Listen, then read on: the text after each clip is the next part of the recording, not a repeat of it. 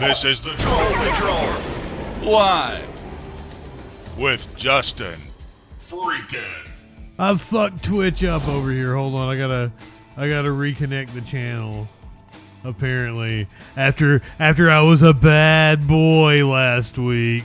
Welcome to the Troll Patrol live. It's a freaking Tuesday. It's a freaking Tuesday. We're gonna get started over here as soon as I get Twitch connected. Oh god, it's gonna ask me so many questions. I'm JustinFREAKIN. God, I don't even know if I know my password.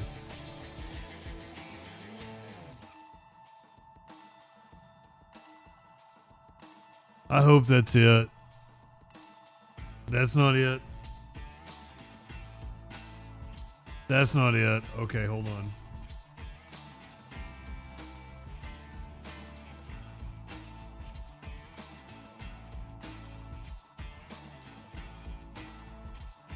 That's it, but I gotta get the authenticator. Hold on. I gotta do the authenticator app bullshit. God, I hate technology. Got a new phone. That's pretty cool. I'm on it. Gotta enter my token.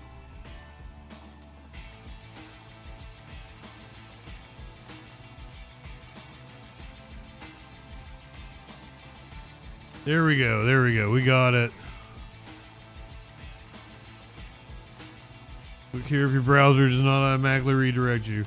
We're getting there. We're getting there. We're live on Kick. We're live on YouTube. New phone. Who dis?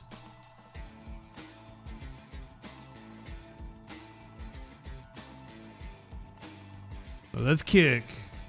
Where's Twitch?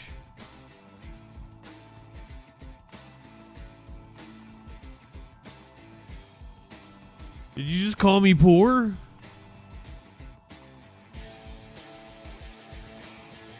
Ooh, we're live now. We're live. Holiday. You just called me poor because you ain't giving me enough money. You're calling me poor. Welcome to the Troll Patrol live. We're finally back. I got popped for a copyright infraction last week. I was playing Rick and Morty. I danced too close to the sun. We're gonna be taking News 5 out of Nashville live. We've got a special election going on in Tennessee. We've got all kinds of news that's been happening since I've been gone. I'm not high enough for this shit. It's a jam-packed show. Let me tell you some of the other shit. It was just another day. Mass shooting USA. This one happened at a kid's birthday party. Maduro says Venezuela will not be colonized. Texas defending his war crimes, killing people in boat strikes off the coast of Venezuela. ICE set to surge in Minneapolis. There is a probe into Kash Patel's use of a private jet. Two brothers were arrested for plotting against ICE agents. Sabrina Carpenter is upset. The White House's use of one of her songs in a video. White House tours have resumed following construction. Costco is suing Trump over his tariffs. The Agriculture Secretary, Brooke Collins, who can be my GOP mommy, says that blue states may lose SNAP benefits.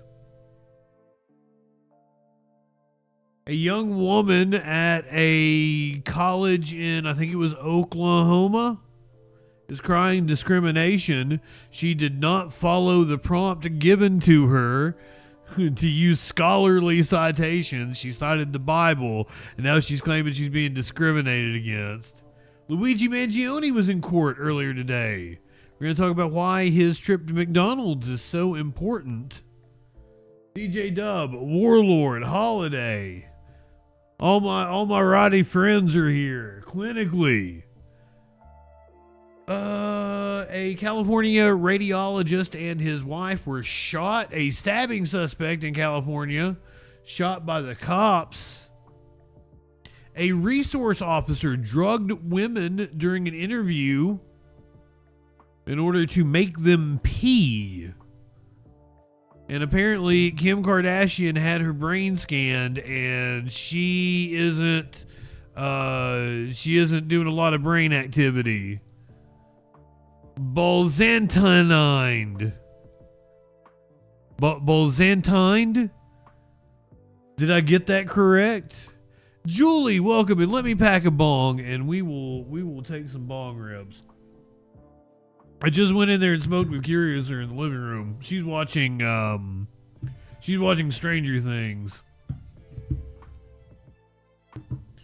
Kim Kardashian is apparently brain dead. Julie, thank you for the resub. I originally thought she was going to end up having one of those brain worms like RFK Jr. Avalon, welcome in.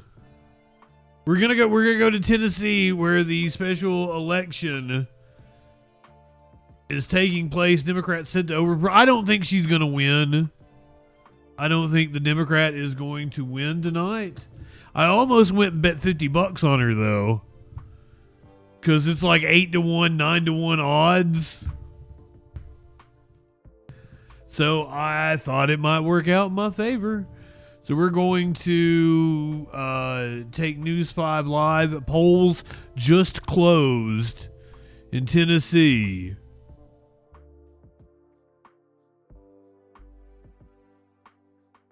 Damp conditions. It's 30 degrees. They're giving the now in downtown Nashville. You factor in the they're giving the weather currently. Mid and lower 20s out there. So about another hour to get out to the polls and vote tonight. Oh, okay. So polls close in the western part of the state at 7 o'clock. 20s, and it'll be that way when you wake up tomorrow morning.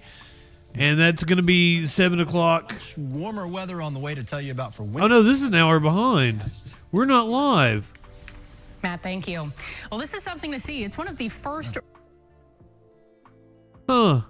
This must be a replay of their news. I figured they'd be live because of the election results. Well, let's go to Karnacki, because I know he went live.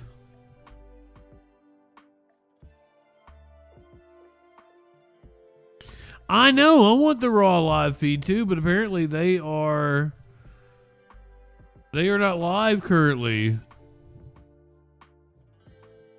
Again, just looking at the early vote that came in there. So again, you've got here we go. Socialist Aunt, welcome in. Counties where we now have the early vote reported out. What does that add? 63% of the vote in. A very big number on paper there for the Republicans. Again, that's only 3% of the vote. These are all 80%. We see 80% or so. I'd say 85% of the vote in this district is going to come out of these counties. This is when the sort of this is when it really gets real, when you start getting the numbers from here. But we're kind of whetting your appetite here in the smaller counties right now. But again, to give so yeah, you can see right there, that is Nashville. Unfolds. Democrats need overall to have a net improvement of 22 points compared to. I think she is going to overperform significantly. This is overall. Remember, Trump won. I think she's going to come within 3 points of winning, but I think she's going to lose. Or ever move ahead, they need a net improvement of 22. Now, obviously, you see right now that Republicans. But I almost bet $50 on her earlier. Curiouser tried to talk me into it. He's not currently at Trump's level in those small counties. He's not close to Trump's level in those small counties. We will see if that changes as the same day vote comes in, because that is one thing that Republicans have been hoping for in the Oregon gal, welcome in. You know, they sort of stepped up their efforts to go after Afton Bain. Thank you for the resub. Certainly had ample material to go after Bain based on some of the positions she'd taken in the past, some of her pronouncements. Average Christian. Interrupt myself. Welcome in, friend. More population-rich zone. We do have Cheatham County. Now, Cheatham County is going to be about 6% of all the vote in this district, and we got more than half of Cheatham County's vote right now that just came in, the early vote. So this is getting more significant now. You can see here 60 to 38.7 is what you got in the early vote there, and we'll do our math game. It was a 46-point Trump margin in Cheatham. I should have, if I was going to bet, I should have bet it earlier, because the odds have actually 21.4 gone up for the Democrat. For Van Epps. So that is a swing there of 20. People are Remember, 22 is the Democrat. betting on her right now. With the early vote, at least in Cheatham County, that is 24.5 points, the swing away from the Republicans and toward the Democrats. You could see this is building towards a very Going to Cowshe. different when we start getting same-day vote out. How different is So you can see, I was looking at earlier today. early vote? You could see it's that's going to how crucial that The is. odds were far more in favor of the Republican.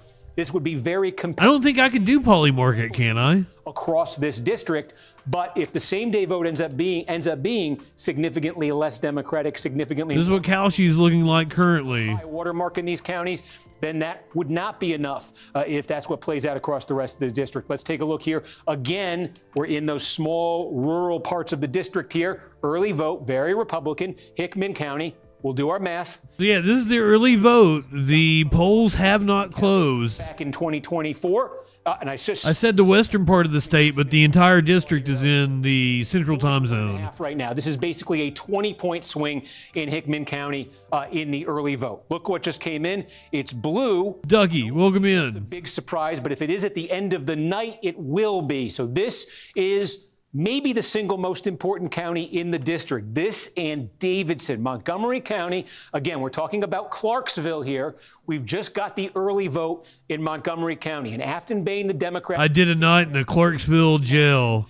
wins the early vote and takes the lead here in the tally. No, it was on the other side of the line. I'm sorry, it was in Kentucky. 24. Then Hopkinsville, In this Hopkins County. out of Montgomery County than any other county or any other portion of this district. And we said, if you were watching or if you missed, I'll say it again at the top of the broadcast. As these counties fill in tonight, if there is one swing county, if there's one county I want to know the winner of to guess, Slide one up, dip one back. it is Montgomery County. There's a core Democratic county in Davidson County. If there's one other that has a chance of being blue tonight, it would be Montgomery County. In the early vote, it is. Let's show you what happened here in 2024. Donald Trump won this by 18 points over Kamala Harris, Montgomery County. Again, you see right now, that is a margin of 3 points for Afton Bain. So with the early vote, that is a swing of 21 points away from the Republicans and towards the Democrats. And remember, the number we're measuring in every one of these districts and district-wide is 22. Trump's margin was 22. Democrats have to have a 22-point net improvement from that. With the early vote in Montgomery County, they've got 21 in one of the biggest, maybe the biggest counties in the district tonight. So, again, we keep saying this. Is that early vote more Democratic? Is it significantly more Democratic than the vote that's cast in person? If you might be wondering where I have The been, vote is added to this. If it's more I'm Republican, going to blame it on this shit right these here. numbers are going to change. Van Epps might even go ahead. Two different types of dabs. 2024 will become Cotton lower candy and Kush lower. and the more it moves Marshmallow from 22 OG. points, the lower it gets from 22, the less a chance Democrats have, the more their chances will fade. So really, already, I've gotten the picture that's emerging stupid in this high. district is that same day vote. What color you want me to change it to, Julie? Same day vote in Montgomery County to defy. Blue. come Blue for They're tonight. going to need, a I actually, you know what I could do for you? This is like a multicolor bandana. Montgomery County. It's a blue. I could change it to the blue side. I'm wearing the gray side of Lose it. that shift. They I could totally change it to the blue as the side. rest come in. Again, you could see here all of the rural counties now outside of that sort of population zone I've been talking about. We now have that early vote for. I'm trying to remember what I didn't show you. I don't think I had shown you Decatur yet. Again, Decatur is one of those West Tennessee counties here. 69 points for Trump in 2020. 69 points. Decatur, that is Nice. 5.5. So, again, that's about a 23.5 point shift there. Again, Democrats want it above 22. It's I don't think it's blue enough, though. We want to go blue. in Decatur County. Did I see another one? Did I see another one light up? I'm talking to my producer off the air, Adam. Just Everything else but the majors. Okay, so what I'm going to do right now is I'm going to hit the reset because now, again, that vote that we got here, again, that vote that came in Montgomery County, that's such a big, in terms of population, in terms of just raw number of votes, that's so big. You see Overall now, we've got a quarter. Remember, the first time I showed you this a few minutes ago before Montgomery, it was only 3% of all votes that were in. Now 25% of all votes are in here in this district. And again, you can see 16-point margin for Van Epps in sort of the running tally. But again, we're breaking this down a level deeper than Dixon County. I see Dixon County. I don't think I'd shown you this. Again, this is significant. This is a pretty significant one. About 8% of all the vote in the district is going to come out of Dixon County. You see half the vote. That's the early vote that came in Dixon County. This is a very Republican county. How Republican? Donald Trump won it by 52 points last year. What are we seeing tonight? That's easy math. That's 25 points. So 52-25. That is a shift in the Democrats' favor. Dixon Sauter. 7 points. Ponder Monkey, welcome in. DJ Dub, did you ask me to join you? Significant population. I absolutely will take a rip. A lot of these other red Fuzzy Simba, welcome. very, very small population counties. Dixon County is one of the big counties. It's not on the Tier 2, welcome. You see where Clarksville is. We're now Last week, was it last Tuesday? Was that the night I was on? sound like a broken We record, watched like 8 episodes of Rick and Morty, and on the very last episode, right before I was going to raid out, I got a copyright claim. vote is that Bain is producing the kinds of I was banned for 2 days. that she would need to put this on. And then after that, I've just been high on concentrate race. She'd be right and either been asleep or doing something more fun than in this. the early vote. But if those Kaya, welcome in. continue into the vote that's cast same day, the vote that people went out I made fudge last night. today, then she will slip, she will fall behind, she will not have Light a one chance. up, tip one back. Republicans might have a shot to actually open up a lead here, which they would very much certainly like to do. They wouldn't like to just win this. They'd like to win this by a handy margin. And again, I have a second here. I can finish a thought I started as I keep an eye on this board. We'll go to the the district. Producer made chicken noodle soup. One thing. I this is made why I fudge. talk so much about this same day vote. That's what Republicans have been talking about in the run-up to this. I'm sorry, Working Gal. Days leading up to tonight, that No, really, I've just been asleep. alarm in the last week that Bain, through some of her past pronouncements, some of the positions she had taken in the past, really had exposed herself to some Kaya just redeemed the beanie time after I put the blue bandana on. Hold on, we'll do both. alarm. They had made those critiques. They had made those attacks, that they had basically woken up the Republican base that maybe had not been as engaged as the Democratic base in this election. If that theory of the case is true, if what Republicans are hoping and saying they believe they did is true, it will be reflected in the same day vote. It won't be reflected in the early vote, because the entire idea is that a lot of the Republican base maybe was kind of asleep during the early vote while Democrats flooded the polls. Meanwhile, if the Republican base woke up in the last few days, what was there for them to do? It was to go out and it was to vote at the polls in person. Quesadilla. So again, the Republican Ordered myself some new equipment. as this election day vote comes in, I've ordered a new soundboard and new strong headphones. Republican And numbers that really erode these Democratic inroads that we're showing you with the early vote. You know, again, conversely, if there's been some sort of significant movement among swing voters against President Trump and the the Republican, swing voters. more Democratic voters, as They're particularly the ones with the hot wives. which we're waiting on, who themselves weren't engaged. We're gonna take Karnacki is live as the votes come in. We're going to go to News Channel 5 when they go live here in the oh my god. On Kalshi, she's taken off. People are betting on her right now. I really should have bet earlier. I really should have. I could have made some money. She might actually pull this off. Where was I going? What was I doing? Yeah, here we go. Let's go to our other numbers guy we like, Harry Enton over on CNN.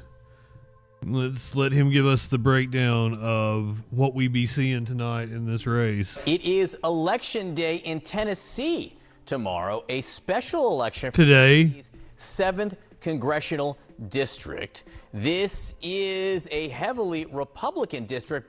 So why are Republicans having to spend so much money there?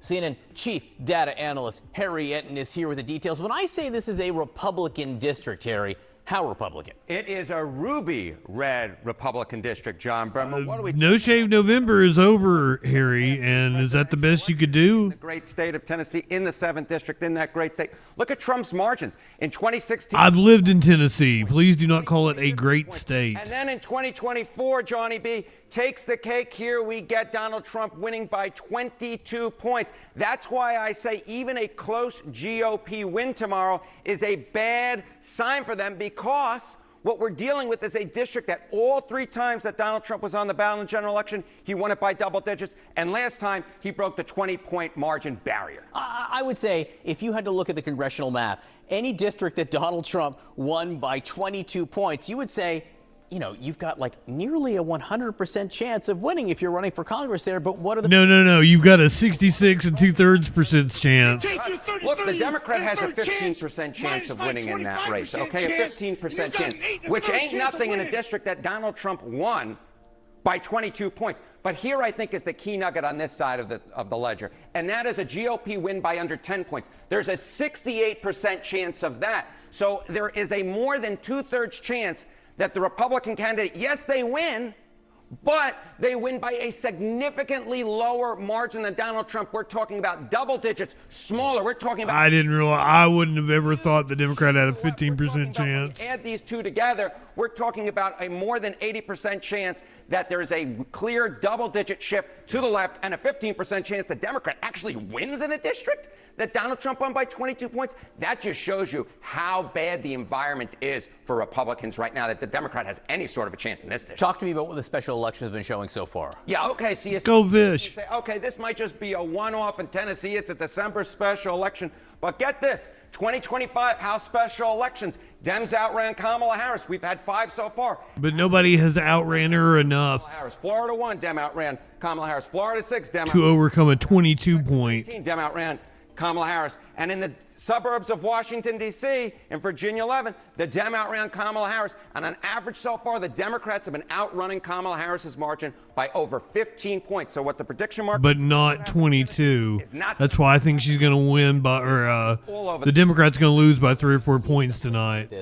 What does history tell us about what ultimately happens? Okay, so you see these and you say, special elections, what do they matter? Well, take a look to the midterm that happens down the line. You go all the way back since over 20 years ago. What are we talking about? Special elections and midterm results. When a party outperformed in special elections since 2005, 5 out of 5 times they went on to win the House of Representatives in the next midterm. So what's happening, what's likely to happen tomorrow in Tennessee, what has happened across the congressional map is likely not to stay in 2025, is likely to push forward and be very good news for Democrats come 2026. Watch these margins tomorrow night. Republicans are a little bit jittery. Harriet, and great to see you this morning. To see you. Thank you very much. So you just heard my interview with Democrat Afton Bain, who is suddenly in that high-stakes House race. But do Democrats really have a chance? We actually didn't hear the interview. Tennessee seat. Let's hear from her. Trump, why, with everything else going on, has he set his sights on strong-arming Indiana Republicans? My panel is back to answer those questions. So first on Afton Bain, I asked her about would she vote to keep the government open. She didn't exactly say. She didn't say. She said she'd take into consideration her constituents' concerns. Asked if she thought ICE should be abolished. She's showing up at AOC tomorrow at a tele-rally. She wouldn't say directly. Wouldn't say if she would vote for Hakeem Jeffries as speaker. She's leaned very hard on the issues of affordability. It just speaks to the fine line. Afton Bain is the name of the Democrat who outperforming all expectations. For Tennessee's 7th District, State Representative Afton Bain. Great to see you, Afton. Thank you for joining us. Thanks so much for having me, Kelly. It is wonderful to have you this morning. You're running in this bright red district. Why take on the challenge? And how also are you working to build trust with voters who have historically voted Republican, some even for decades? Yeah, the fact you're talking about flipping a deep red district in Tennessee tells you everything you need to know, that this Washington Republican agenda has made life more expensive for Tennessee families who are hurting. And this race is competitive because Tennesseans are fired up. Democrats are fed up. And I'm looking forward to flipping a congressional district in a place where folks thought was impossible tonight. All right. Well, I do want to ask you about your affordability campaign, the ideas you have for those you're looking to serve. First, though, the president has come after you saying, quote, this, She hates Christianity. She hates country music, and she's going to raise your taxes. So I wanted to give you a chance to respond. Yeah, thank you so much. The personal tax have increased because President Trump does not have an agenda to make healthcare more affordable or to make life more affordable for Tennesseans. And so they're filling the noise with personal insults and attacks. And I've been steadfast and laser focused on making life more affordable for Tennesseans. So national figures like Al Gore, Alexandria Ocasio-Cortez, we're seeing them take to the campaign trail for you. What's been your reaction to their support? Is it changing your ground game in any way? This race has always been one about mobilization and capturing the momentum that Democrats are feeling across the country right now. And I think it's pretty iconic to have former Vice President Al Gore and Representative Alexandria Ocasio-Cortez at the same event supporting a candidate in a deep red district that's about to make history tomorrow. So you've highlighted cost of living issues in your campaign. We talked a bit about them a bit off the top. What needs to be done to make life more affordable for families in the 7th District? Are you confident you can deliver here? I do believe so. I got my start as a healthcare community organizer in the state of Tennessee, fighting to preserve Medicaid and the Affordable Care Act. So as the next congresswoman for the 7th Congressional District, I'll ensure those subsidies remain for the ACA. 2, I'll restore funding for Medicaid, which is a lifeline for so many rural hospitals in the district. And 3, roll back tariffs, which are squeezing and bankrupting Tennessee farmers right now. So what is your final pitch to voters? They're casting their ballots today. How would you work She's with very the affable. challenge, Speaker Mike Johnson at the same time?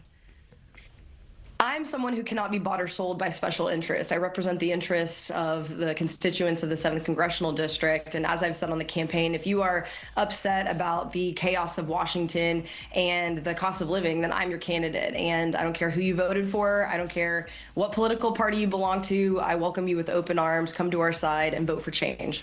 All right, State Representative Afton Bain, we appreciate you making your case this morning. Thank you. Thank you.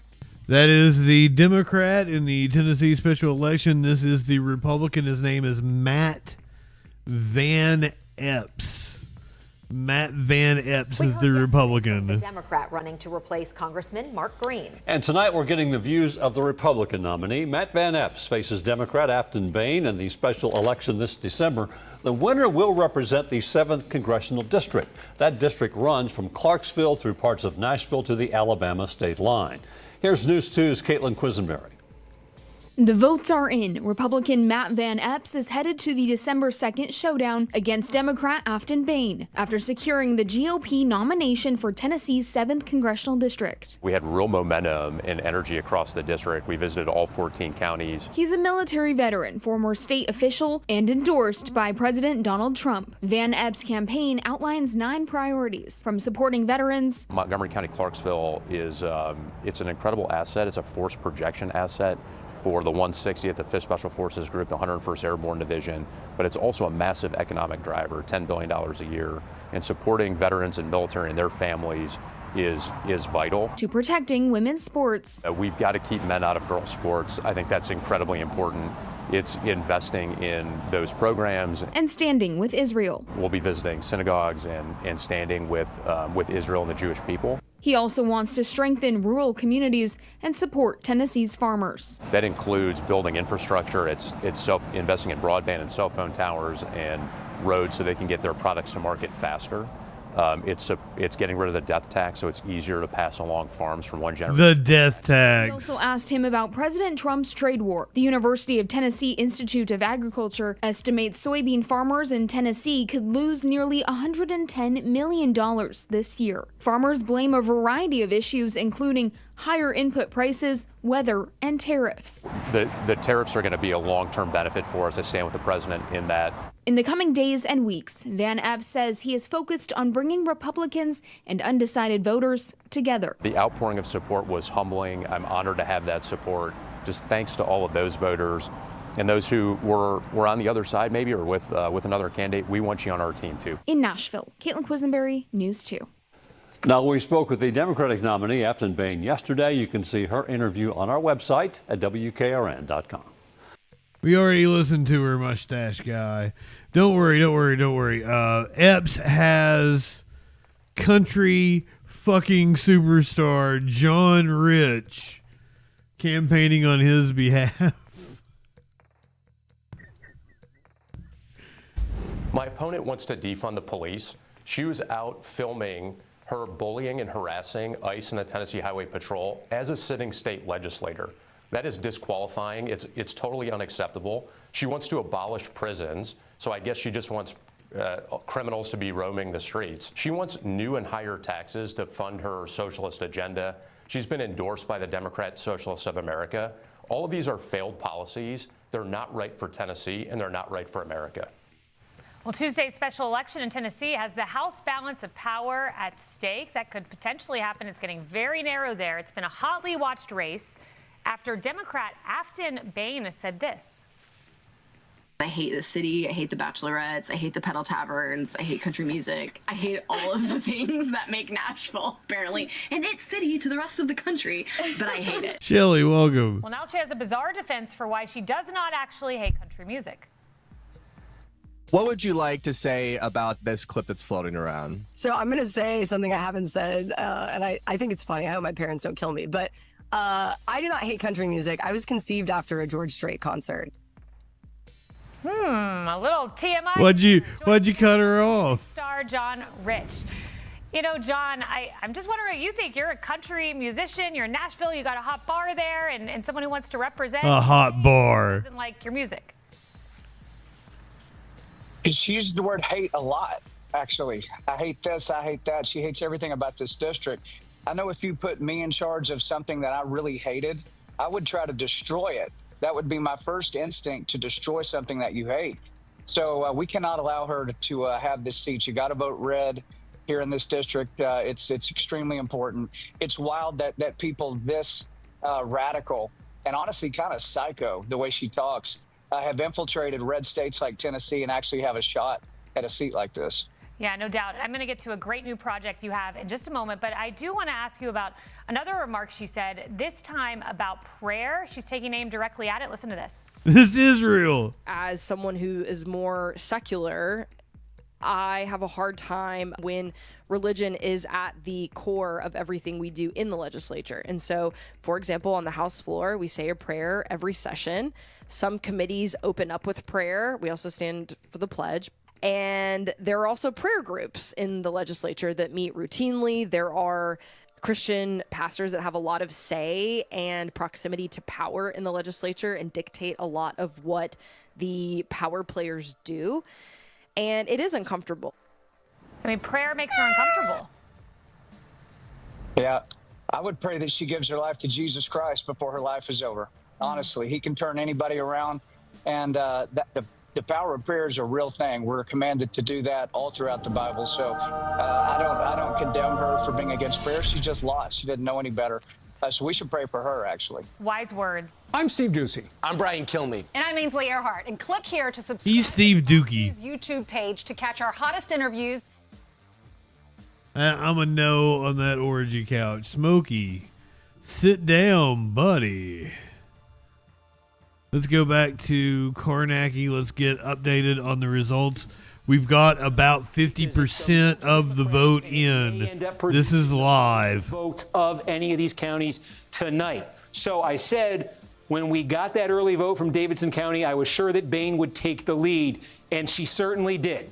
Now you can see that puts you near 40% of the vote that we expect to be cast in this district is in.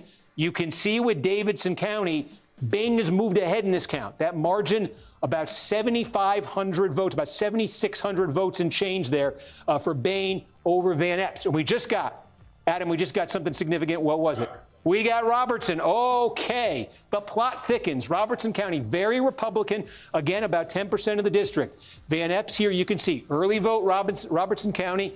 This was a 51-point margin for Donald Trump last year. What are you looking at there? That's 34. So that's a net shift of 17 points away from the Republicans toward the Democrats. Remember, Democrats' goal overall here is a 22-point shift. They need to get at least a 22-point shift in this district. So early vote, Robertson County, that's a little bit more encouraging for Republicans than we've seen in some of these other counties. What does that do to the district-wide vote? Okay, that brings it down. That brings the Bain lead down there. You're looking at about 7.4 points. Okay, that's about 5,000, about 5,200 votes, more than 7 points. We have one piece left.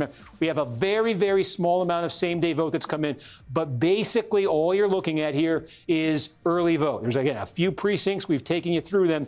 It's basically the early vote. So there's one more piece of this to come. It's right down here. Oh, it's right down here in Williamson County. Now, again, this is suburban Nashville, so she is currently in the lead. Fast growing and still very Republican. This portion of the district in 2024 went for Donald Trump by 30 points. We said at the start of the night here that if Democrats want to have a chance at the end of the night, they probably want Williamson County to be a single-digit race. So we'll see. This early vote, again, we think the early vote may be a little more friendly to Democrats. How friendly? In Williamson County, in these suburbs. This is going to be, I said it's a big moment when Davidson came in. It was. It changed the leaderboard. This is going to be a very significant moment when Williamson comes in. I'll tell you the other reason, because if Williamson comes in shortly, before we've got a lot of same-day vote from elsewhere, if Williamson comes in shortly, then we're basically going to be looking at all of the early vote together. All of the early vote. And I think that's a very important benchmark, because if Bain is leading with all of the early vote tallied, then the question just becomes, how big is the pad and how much slippage can she afford in that same-day vote, which we've only shown you from a couple of very, very small precincts so far, which could be varied as it's reported out across this district. This could be fucking interesting. We don't know the timing here. Some of these rural counties may start reporting out their same-day vote in bigger numbers while we wait on Williamson. But if we do get Williamson County here before we start getting the same-day vote elsewhere, you're essentially then this district-wide number is basically going to be the early vote. And I think that's an important benchmark for Democrats. If they have any chance of winning in this district, they need to win the early vote. They need to be ahead in just the early vote portion. Then they need to withstand it in the same day, which is a whole other a challenge for them potentially. But at a threshold level, Democrats need to be ahead in the early vote. So with Williamson County pending here, and again, we showed you what Williamson looked like in the 2024 presidential election. We've been seeing net improvements for Bain, in the 20, in the Davidson County case, 30-point range with this early vote. So certainly you can expect this early vote when it comes in Williamson County to be probably pretty tight, probably in the single digits for Republicans. If it's a really, really impressive number for Democrats, then Bain would actually win the early vote in Williamson County. And I think she obviously she would want to, but if you start to look at the math here, how many net votes she gains or loses from this early vote it's huge right now, because it gets to that question of how much slippage can she afford on election day. She doesn't just want to win the early vote, by 100 votes, because then if Van Epps is doing, even a speck better in the same day vote than the early vote, he'll win. She wants to win the early vote, and she wants to have a pad that can withstand. Okay, I think we just got another update. Is that right, Adam? A small same day? Okay, did we get some same day there? Yeah, same day. Okay, so let me call it up on the screen. And again, how many precincts? 4. 4 precincts. What was the early vote in Hickman? 70-28. Okay, so the early vote in Hickman County was 42 points for Van Epps. We have 4 precincts. 4 so far in Hickman where we've got same day. And this is the aggregate number? 80-19 is the aggregate number. Okay, so the number of those 4 precincts collectively, it's a 61-point margin for Van Epps. So again, this is a limited number of precincts, but you're seeing it now in 3 different rural counties where we've gotten some precinct reports same day. You're seeing Van Epps running better on the same day, running in this case. This is a congressional race. Than he did in the early vote.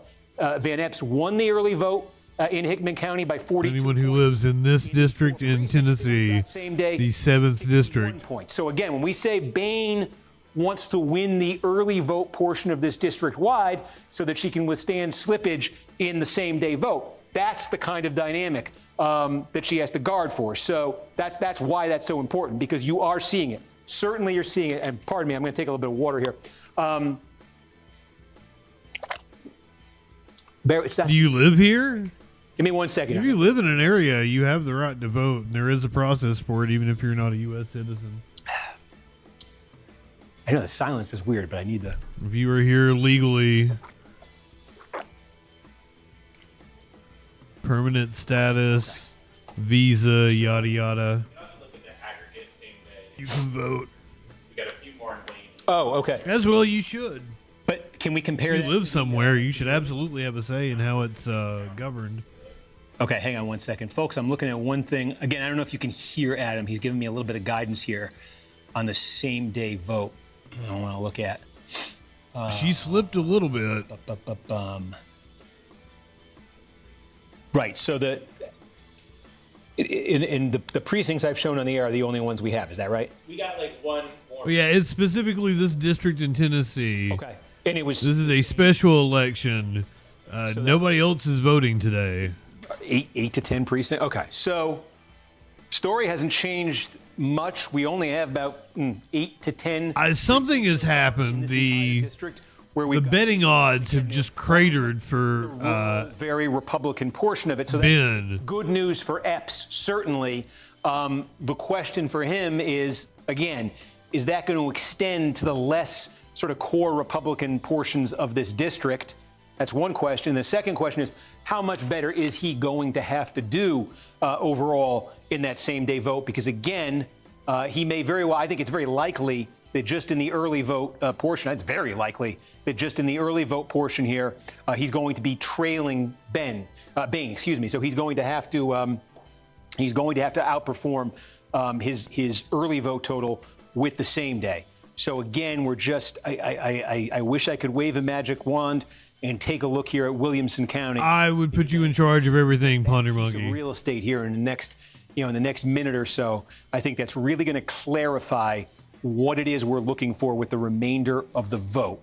I was hoping I could kind of talk. I'm listening to him. He knows what's going on. He's and so well, Steve Kornacki. Keep an eye on it, and maybe I'll finish a thought that I was starting when we got the Davidson County numbers, and that is that one other significance, I think, to keep in mind as these results come in, whatever the outcome is tonight. This special election is coming against the backdrop of what? This drama over mid-decade redistricting, the redrawing of maps in all of these different states to try to give one party or the other an advantage in next year's midterm. Once again, I think she overperforms, but I don't think she wins. Okay, has not been redrawn for 2026, but it is the product of that kind of a politically motivated redraw in this most. Yeah, I'm not high enough for this shit. Districting back heading into the 2022 election, and what I mean is this. Traditionally, I'm talking about going back to the Reconstruction days, post-Civil War. The city of Nashville was unified in one congressional district, and that district was basically an uninterrupted Democratic district. 19th century, 20th century, right up until. Now, he probably is too sober. Democrat I'll give you that. I'll give you that one. The Nashville-based district, the city of Nashville. I'm too sober. Anchor of the district, and that had been. Steve Kornacki is not high enough for this shit. We do have news. News is coming at you. Redrawing the maps ahead of the 2022 midterms, they basically took the same approach. Put a pin in that. We're gonna find out. We're gonna find out what happens in this election. And we're going to find out what that news be doing. We got 225 new votes. Just the cumulative is 8811. Okay. No real headline, folks. I don't know if you could hear Adam, but again, it's coming. Wayne County Tennessee is the king of same-day reporting so far. We got another precinct out of Wayne County. Same story. Small, rural, Republican, more Van Epps friendly than the early vote was there. But again, waiting here on Williamson County. So to finish the thought I was on a second ago, Nashville was the anchor of a unified Nashville was the anchor of a Democratic congressional district, for more than a century, right up to 2022. And what Republicans in Tennessee did in the redraw in 2022 was they said they wanted to, draw more Republican districts. So what would they do? They broke up Nashville. Yep. And they split it up, portions of Nashville, into different districts. And so that's how this district, which is rural, exurban, again, part of this district is even west of the Tennessee River in the West Tennessee, that Grand Division there. They added a quarter of the city of Nashville to it. So the idea Republicans had was, break up that Democratic district based in Nashville, parcels of Nashville into surrounding districts and make all of those districts Republican. So this was a safely Republican. We've been telling you, Trump won it by 22 points. Yep. Certainly looked in 2022 and 2024 like that was a fine strategy politically for Republicans. They had no trouble controlling the district. But now, in a potentially changed political climate, with Trump back in the White House, with all of the sort of political externalities we've been talking about, we're looking at a special election here. I don't know exactly how this is going to go, but as I'm looking at it right now, I think Van Epps is going to win. I've had to sweat this one. Have a completed county. But she is currently in the lead. She's slipping little by little. Say it again. It should be near complete. What county? With Decatur. Decatur. Okay. Yeah. We got all the vote, folks, in Decatur. Again, small, very Republican. Okay. It says 95%. This may be it. This is close to it. This may be it. Again, very small, less than 2,500 votes here. But let's compare it. We've got our first full county where we can compare 2024 results. Donald Trump won this by 69 points last year. Nice. Tonight, that is a 60-point margin. So that is a net shift in the only completed county that we have of 9 points. 9 points away from the Republicans, 9 points towards the Democrats. Again, district-wide. That's pretty damn good in a deep red district. 22 points. So, again, that is an encouraging sign for Van Epps. Certainly, the numbers that we've been seeing in these other rural counties suggest you might see something similar in all of these counties right here. So that is a very encouraging sign. It doesn't need to be 22. That said, he also needs to see in all of those counties. But he needs to see some similar strides when the same day. It's a 30-point shift in one of those counties that he just circled. More Democratic voters. He needs to see it in this portion of the district too, because a 9-point shift in the Democrats' direction right here may sound underwhelming, and it may prove to be very underwhelming here. But we showed you that in the early vote, Democrats were outperforming by 32 points in Davidson County. I don't know what I just did there. Yep, there you go. Outperforming by 32 points in Davidson County.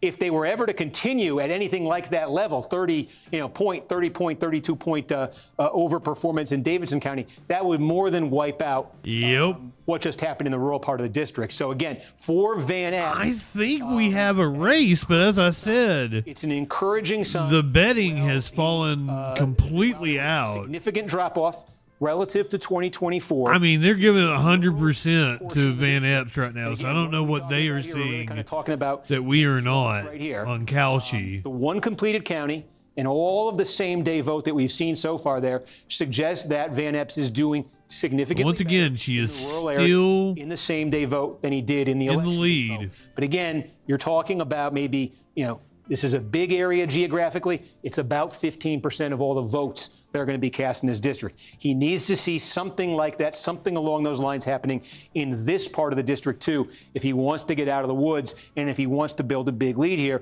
Meanwhile, the fact that he's doing that in the rural part of the district underscores for Boehne and for the Democrats the importance of continuing when we get same-day vote in Davidson County.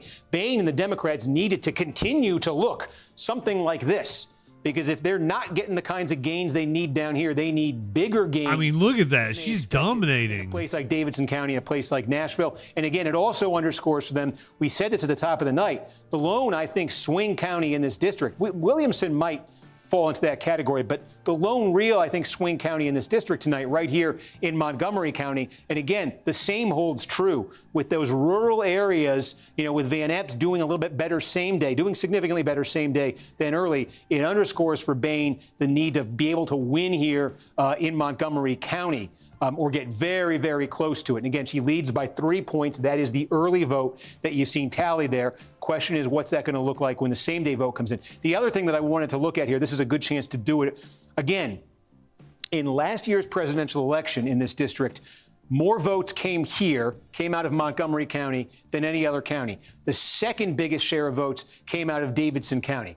What does it look like in the early vote? Well, okay, you can do the math here. That's a little bit less than 20,000 votes. Between Boehne, 9,700, Van Epps, 9,100. You're looking at a little bit less than 20,000 votes cast so far in Montgomery County. And then in Davidson County, you're looking at more than 20,000. You're looking at more than 21,000 votes, just about 21,000 votes, I should say. There's some third-party candidates here that it's about 21,000. So it's about 19,000 versus 21,000. So at least in the early vote, now, unlike 2024, we have higher turnout in Davidson County, the core Democratic area of this district, than we see in Clarksville, sort of the swing part of the district. So that's we said that one thing Democrats wanted to see, among others, was the highest turnout coming out of Davidson County. In the early vote, that is the case. We'll see if that continues same day, or did Democrats kind of burn it all out on that early vote. So we'll kind of take a look here. And it looks like what's happened here as I've been talking and waiting on Williamson County. Again, when Williamson County fills in, that 44% in is going to go a lot higher, very quickly here. But I see that the numbers have tightened, and so I'm going to ask my producer Adam, where have we gotten it in the last few minutes from? Yeah, we're standing by for Williamson. It may be coming in soon. Okay. We did get election day vote in Dixon. It is not all the election. Dixon. But it's a few precincts. Okay.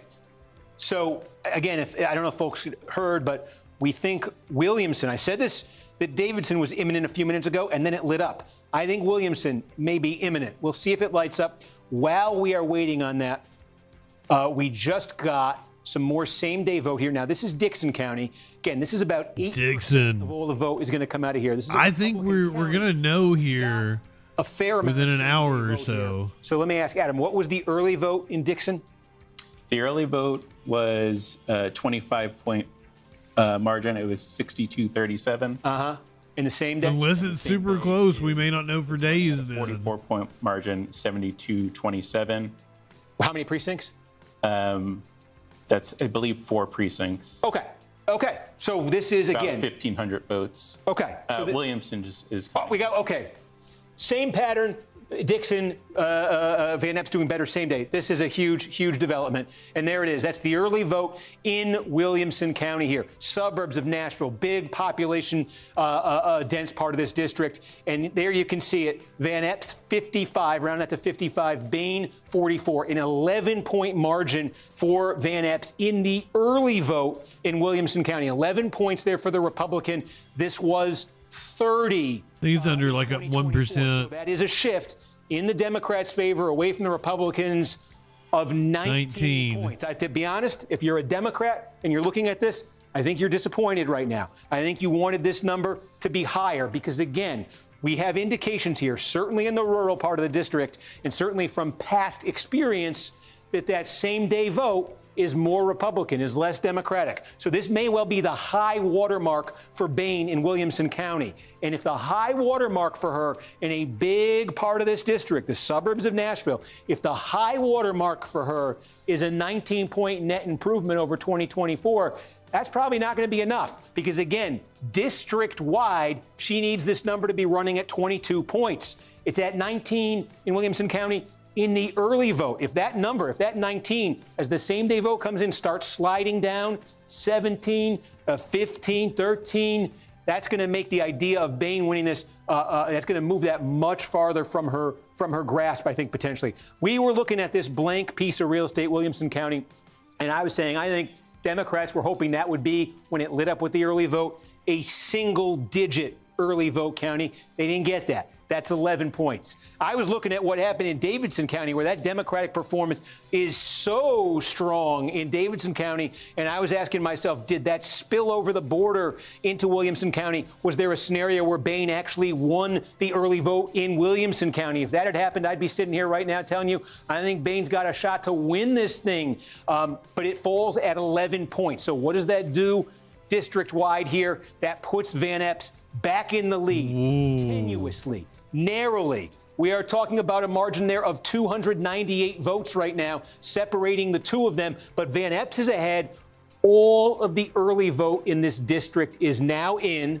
The trend line that we've established, the pattern that we've established in the rural part of this district is that Van Epps is doing better. We're talking 10, 20, maybe more points, net points better in the same day vote than he did in the early vote. So again, as the second half sort of the results come in, if in the first half this was basically a tie, if in the early vote it was basically a tie in this district between the candidates, at least in this portion of the district, you're certainly seeing Van Epps do better in the second half, in the same day half. And it really then becomes, what are you seeing in the population dense sort of eastern northern part of this district? And I think what that really comes down to. Caster Blaster, welcome in, friend. Thank you for being a freaking follower. Same day vote out of Davidson. We find out what that news be doing. Currently, we are watching results. 71 points nearly. She got to keep doing the Tennessee special congressional election. Yeah, we don't know how many people went out and voted in person today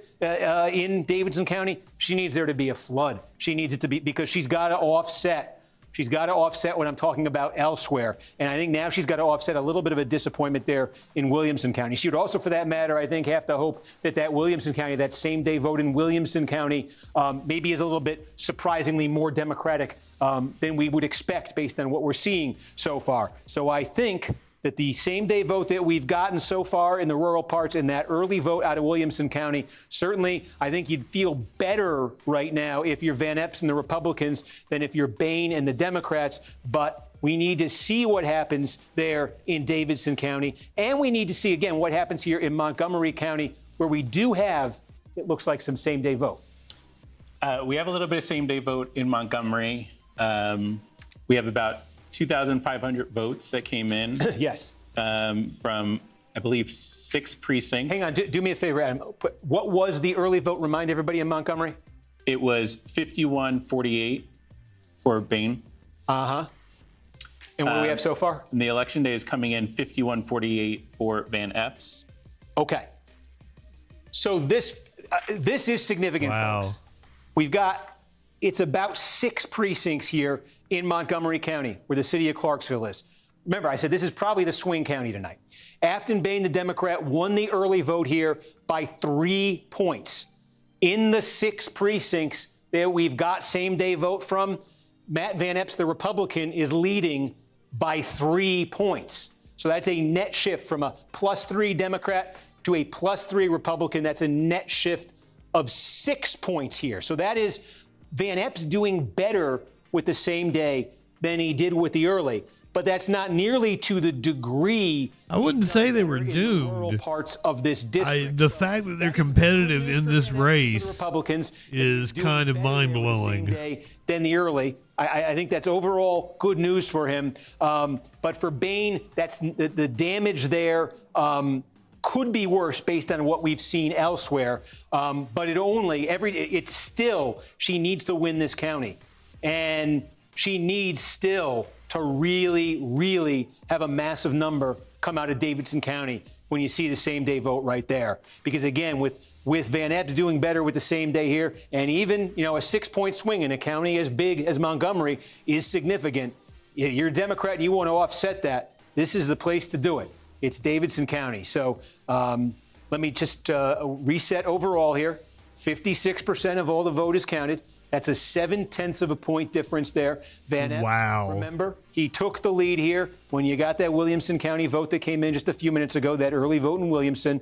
Now, as we've gotten some subsequent updates, he's leading in the same-day vote in Montgomery County. He's had big margins, bigger margins in the same-day vote in the rural part of the district. And so that lead for Van Epps is starting to tick up as the same day comes in. And I think basically the story that you're looking at right here, depending on the timing, if it does take a while to get the same-day vote out of Davidson County, then I think what you're looking at is this number is just going to continue to climb now. That's going to go over 1,000. That's going to go a couple thousand. This number is going to go over 50%. I think Van Epps, as the same-day vote comes in all through here, Van Epps is going to build a cushion for himself. The question is, how big is that cushion, and are there enough votes left? Are there enough votes left, and is there a big enough margin in Davidson County when that same-day vote comes in for Bain to wipe all of that? Damn it, Nashville. And my producer has something. Adam, what? We covered our first completed county in Decatur. We also got our second completed county in Perry. Okay. Why do I keep doing that? Okay, this is our second completed county. Again, I think I know where this is going. Adam, what was the, oh, we don't need it anymore. We just need to show you. It was 69 points in Perry County. Nice. Very small, rural here. 69 points for Trump last year. And what do you see here? That's a margin of about 55 points, 76 to 21. So that is a net shift of 14 points. 14 points away from the Republicans towards the Democrats, again, in a small, rural, very Republican county. So we've had, I think we have 2 completed counties right now. And the shift in one of them from last year is 9 points. Is it 9 points, right? Towards the Democrats. And we're seeing a shift here of 16 points to the Democrats. 14 points to the Democrats. Sorry, I lost my train of thought right there. So those are Democratic shifts. They're smaller than the 22 Democrats need, but that's what we've seen in 2 Republican rural areas. Let's reset this. 55%, 703. So we are where we were a minute ago. And again, yeah, it kind of depends on timing here. You know, if in the next couple minutes Davidson County reports its same-day vote, then Bain is going to, bolt into a big lead in this tally right here. And the entire story is going to be, can she hang on as the rest of the district fills in? If Davidson takes a while, and Davidson, I think, in the fall, there was about an hour lag between Davidson's early vote and the release of its same-day vote. If we see a lag like that, then the opposite's going to happen. Van Epps is going to open up a big lead here as the rest of the district sends in its final results. And that's what we just got. Where was that from, Adam? I see a big batch just came in. Williamson. Okay, so we got, this is not all of it, but this is a big chunk of the same-day vote in Williamson County. Again, suburban Nashville we're talking about right here. Pulling away there. These numbers, I said when the early vote came in, it was good news for Republicans. This is very good news for Republicans. So this is a 30-point margin in Williamson County. Last year, you can see now with some of the same day in already, Van Epps has it up to 18 points. This is a big piece of real estate right here. And the Democratic gain right now is only 12 points. Remember, in the early vote, it was Adam, what was the early vote here? Early vote was 55-44. Right. So it was 11 points.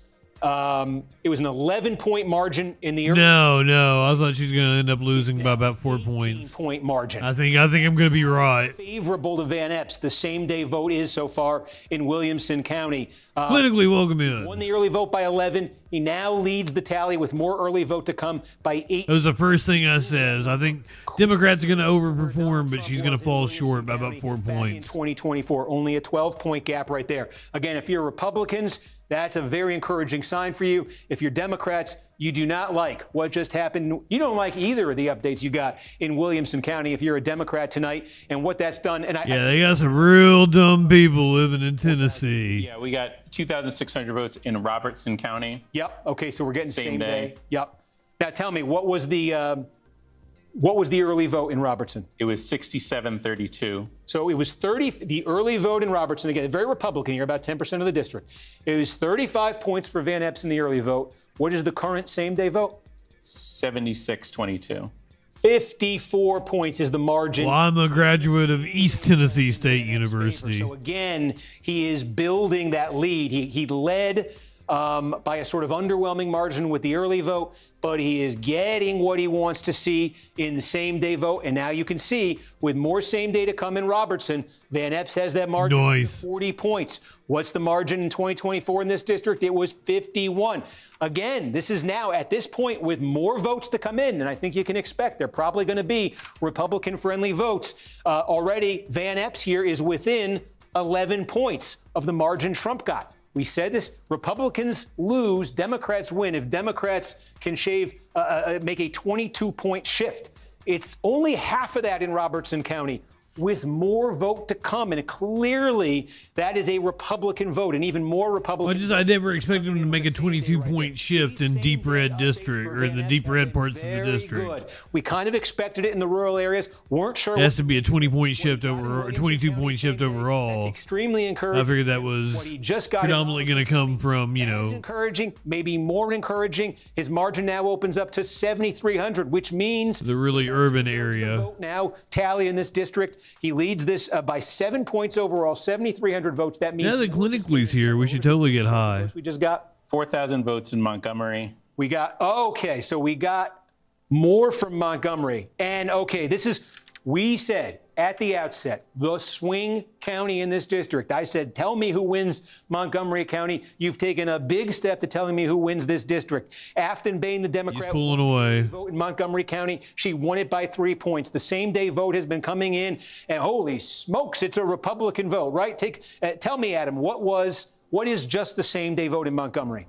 The total cumulative is 61-38. Okay. So again, Bain won the early vote in Montgomery County by 3 points. Now, and we've got a sizable number of precincts here and votes coming in same day in Montgomery County, a much better sense of what that same day vote is. Van Epps is winning the same day vote by 23 points. So it's not just a small difference. I lost my pokey knife. In the early, it's a big difference. It's a big Republican-friendly difference here. So again, take a look. 2/3 of the vote in Montgomery County. We called it the swing county in this district at the outset. Let's compare it to what happened in 2024.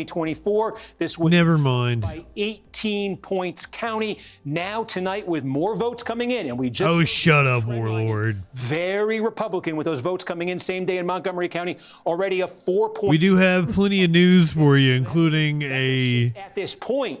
That is a shift of only HR agent away from the Republicans, requiring women or drugging women in order to get them to piss. 22-point shifts during interviews. At 14 right now in one of the most critical counties in this district, and I suspect that 14 is going to get a lot lower as more vote comes in. Because again, we are seeing. I think the storyline is really developing here about that same day vote. Good one, warlord. Today in person. Being very Republican. Republicans were saying they thought they maybe woke their base up in the last couple days. Numbers like this suggest they very well may have. Let's look at the district-wide vote, 8,100. Adam, what we got?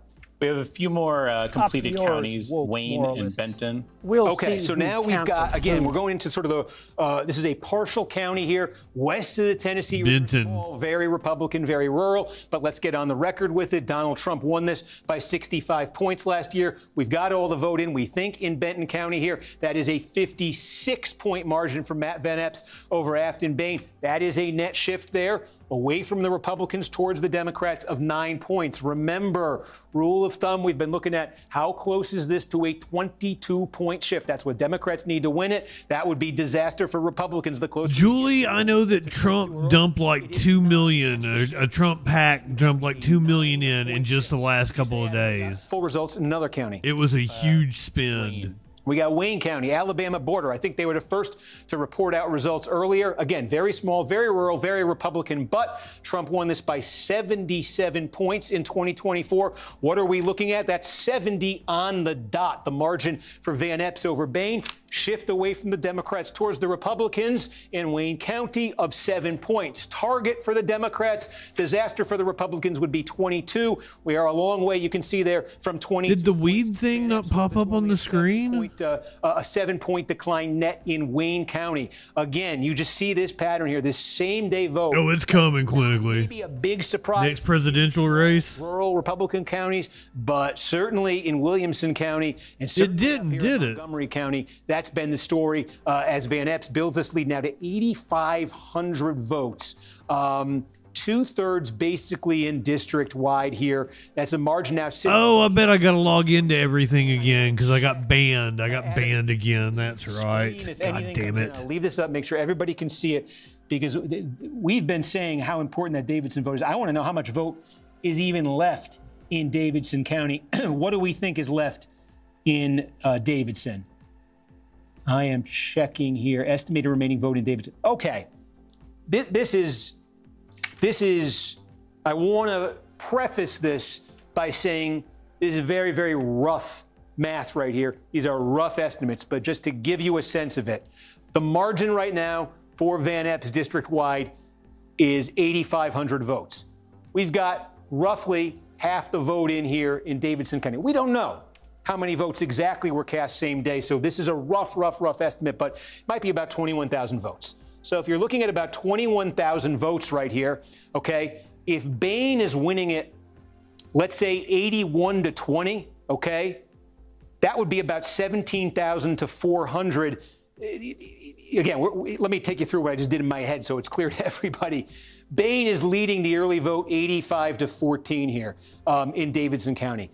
It's pretty clear Republicans are doing a little bit better with the same day than with the early. Now, this is an extremely Democratic county. I don't think Republicans are going to do that much better. So let's say the remaining vote is 80-20 Democratic.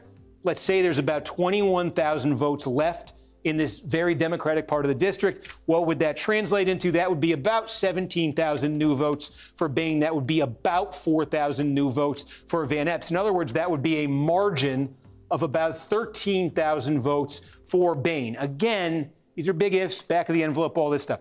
But just keep in mind, if we say she is going to net an additional 13,000 votes out of Davidson County, what would that do to the deficit she now faces district-wide? Well, there you go. She trails by 8,700 district-wide. If we now dumped in a 13,000 vote plurality for her in Davidson County, she would vault into the lead district-wide by 4,300 votes. Then what would be left? What would be left outside of Davidson County? I'm going to look right here, and I'm going to tell you. We still think, give or take here, this is the most significant, I would say. Yeah, Robertson County. The biggest outstanding source, I think, of overwhelmingly Republican county left. The biggest outstanding source right now, we think a very Republican, would be right here in Robertson County, right? Robertson County, which is running 69-29 for Van Epps. Give or take, rough envelope calculation here, 7,000 votes remaining in Robertson County. I mean, if Van Epps just wins those 5,000 to 2,000, I think that's a conservative estimate. He nets 3,000 votes. There we go. He nets 3,000 votes there. We just told you, if Bain were to get what we said out of Nashville and pull ahead by 4,300, with what's left in Robertson County, Van Epps could probably knock this thing down to 1,300. What would be left after that? You'd still be looking at probably more than 10,000 votes in Montgomery County. Man, if he gets 10,000 more votes, he can knock it down to 300. Same day vote. And there still remains, there's not much of it left, but I'll just, there still remains probably about 2,000 votes, give or take, in Dixon County, right here. There probably remains, in Cheatham County, probably about 3,000 votes left. These are all, they're Republican to start. I think to translate for Karnacki right now is the election day vote, the same day. I think he's saying like she's getting ready to get trounced. And it's like super Republican. It's Whoa, thank you for the resub. Long way of saying, take a look at this, 65% here. Now we got another. No, I think he's saying that Van Epps is getting ready to fucking pull away. I think at this point, obviously you're a Republican, you are feeling great right now. If you're a Democrat, you're probably right now thinking about how can you maybe phrase this as a moral victory. But the reason we're waiting here still on Nashville. I'm sorry, what did we just get? Davidson. Okay, this is not all of it though, right? We got 6,000 votes in Davidson, and we just got 3,000 in Montgomery. Okay. He's saying it's mathematically possible that she kicks his ass so bad right here in Nashville Metro. Remember, the early vote that she could pull it out, but it's looking very unlikely. Half the vote in. We now have 64% in. So what just came in Davidson County was a batch there of that about 30% of the same day vote. Here's the key question: what was the early vote in Davidson? 84-14? In Davidson, it was 85-15. Okay, it was a 70-point margin for Bain in the early. What is it now in the same day? 72-27. Dang. 5. So that is a discouraging sign if you're a Democrat. That's a very encouraging sign if you're a Republican. Because we were just going through some math scenarios here about, could Bain get a massive number out of Davidson to put her ahead district-wide and then absorb all of this sort of Republican success in the rest of the district? I was basing that on the same day vote in Davidson theoretically breaking 80-20 for Bain. What we're seeing right now, at least, is not 80-20, it's 72-27. So the plurality I was kind of playing around with just to see how the numbers might work. How did he pull that one when we're seeing 82 on the screen? Than what I Holy fuck. What in the fuck is he talking about? She needs, she would just basically at this point need there to be a lot more votes overall in Davidson County than we are estimating. Because she's still winning it by a big margin, but look, even with that, that's a big chunk of the same day. She's still down 7,400 district-wide. Oh, that he's expecting the same day to be more for Epps. Okay. Why am I sitting here talking in generalities when we can give you an actual number here? With that update from Davidson County, right? Okay, so we think probably about 15,000. About 15,000 votes left in Davidson County. Let's say it's 15,000. Okay, we just said 72-27. Let's get the old calculator out here. Too many numbers coming at me. I don't know fucking numbers. For 15,000 votes, that would be an additional 10,800 for Bain. 27 times 15,000. That'd be an additional 4,000. Not high, no, about 6-7. For Van Epps, what is that? That's a difference of 6,800 votes. It's about a 67. Yeah, she would net about 6,800 new votes. If that's what we see for the rest of Davidson County, about 6,700 more votes. And right now, district-wide, Bain trails by 8,000. So it's just, frankly, it's very hard to see. If you're trying to sketch a scenario here for Bain, I think now we may be moving to that phase where Democrats are thinking about, can they try to sell this as a moral victory? Can they say, look, they made a massive gain here in a Republican plus 22 district? I think we may be getting to the point where Republicans try to say this was a solid victory for Van Epps that kind of maybe cools the sense that political crisis was enveloping the party. You can see right now that the margin is 6 points, about 6.5 points district-wide for Van Epps. I think we just showed you that with what's left in Davidson, Bain could take a chunk of that out, but there's still going to be, outside of Davidson County, I'm just quickly counting up, 20, 25, 29, 30, 33. I'm going to say give or take, there's still going to be about 33,000 votes to come district-wide outside of that. So 33,000 votes additionally outside of Davidson County. There's going to be the majority of that 33,000 votes from the rest of the district. This is going to be Van Epps. Yep. He's cleaning up in that same day vote. So if this isn't just Republican, if this is super Republican vote, Van Epps may have an opportunity here to pad this margin. It's going to take a dent. Whenever the rest of Davidson comes in, this margin is going to take a dent for him. Now, we just got some, what just came in, Adam? We just got some Humphreys. Okay. Humphreys County, small. Chris, what the fuck does that mean? The Van Epps margin a little bit right there. Was there a little bit more? We got 1,000 votes in Robertson a few minutes ago. Yeah. That's about it. Okay.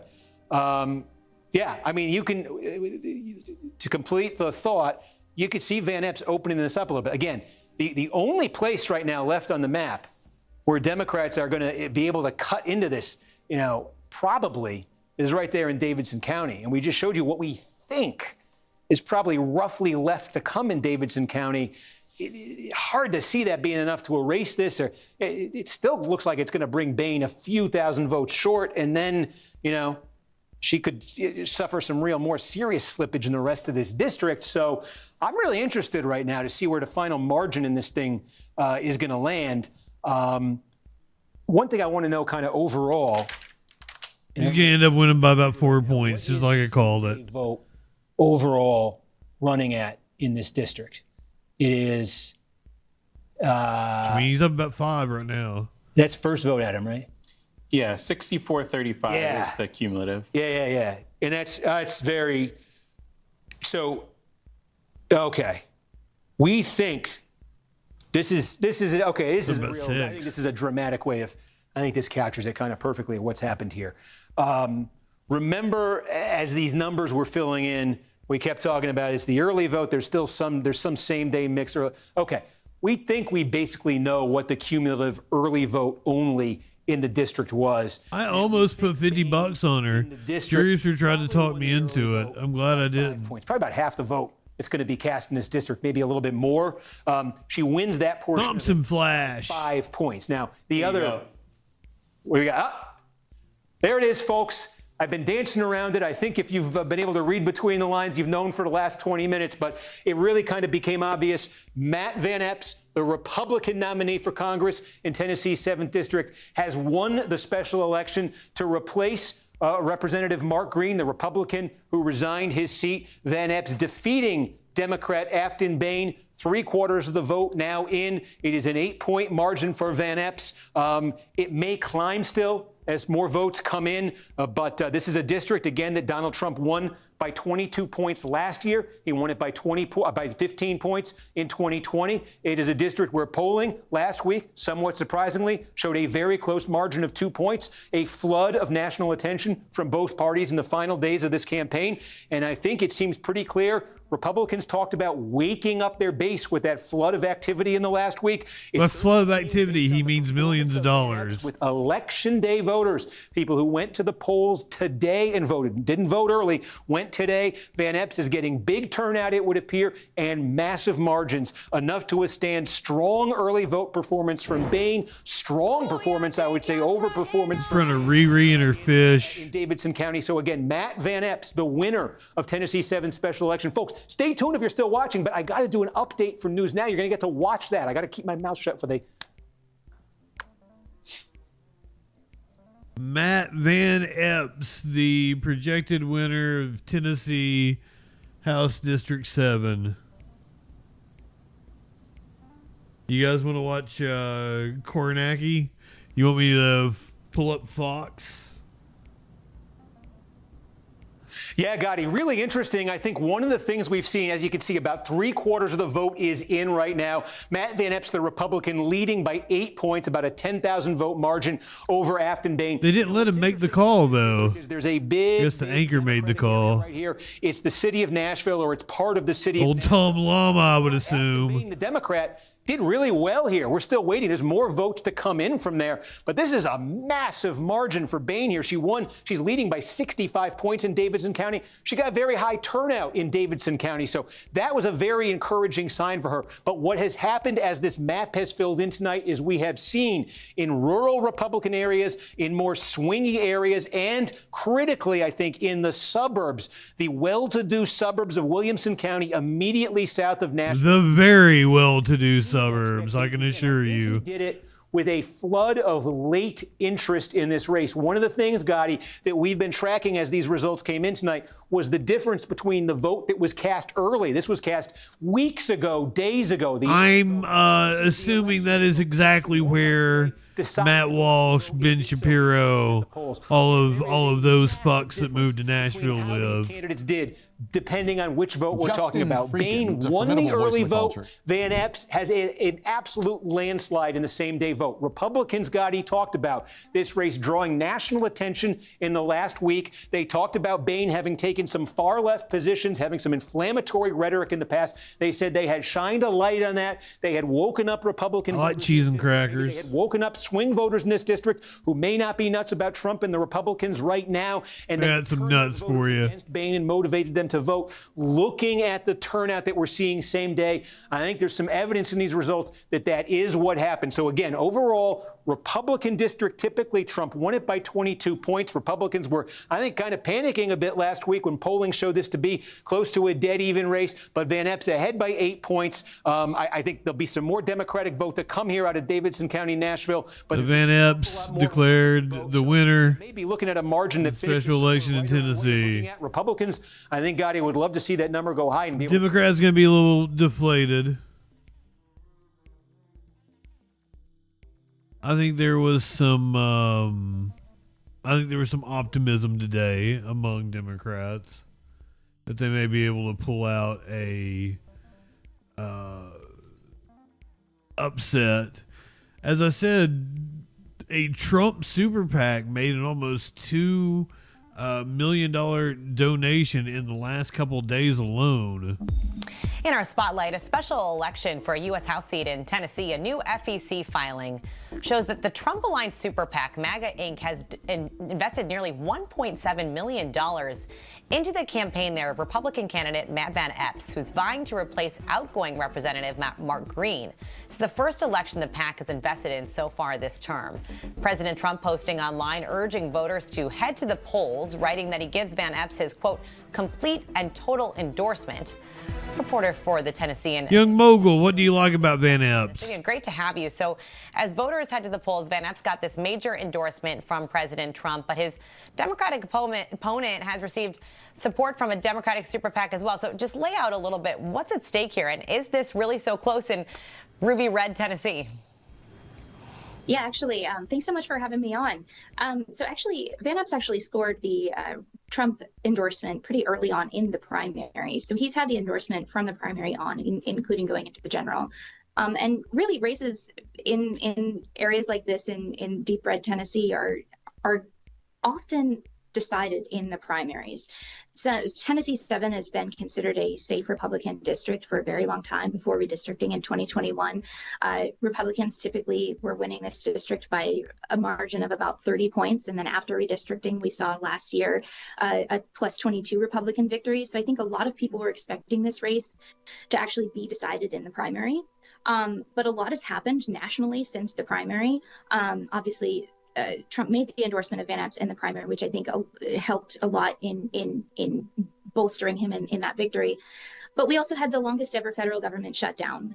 Affordability came top of mind for a lot of people during that time. That he loves country music. That's what you like in a politician. On which Democrats are hoping to build on that momentum and capitalize on that momentum. Pretty fucking shallow. Meanwhile, Representative Bain and her team have been really laser focused on grassroots outreach throughout this entire time, from the primary on through the general. And there are indications here that they've moved the needle with the Emerson College poll that came out. You like country music? That's pretty gay. Points, which a few weeks ago would be almost considered unthinkable in such a deep red district. So in response, we've seen, as you mentioned, this huge investments from MAGA Inc., the PAC. There's been also a lot of spending by other outside PACs on behalf of Van Epps and attacking Representative. Like, have you heard modern country music? I can't imagine there's anything gayer than that. I can't wait to have your cock in my mouth. I'm going to give you the blowjob of your life. Then I want you inside of me. Yeah, bro. She probably means she likes real country music, not the Pusser Posey country music they make in Nashville now. And I totally stand behind that. Nicolas Maduro says Venezuela will not be colonized after he had a phone call with Donald Trump over the weekend. We do not want a slave's peace, nor the peace of colonies. Colony never, slaves never.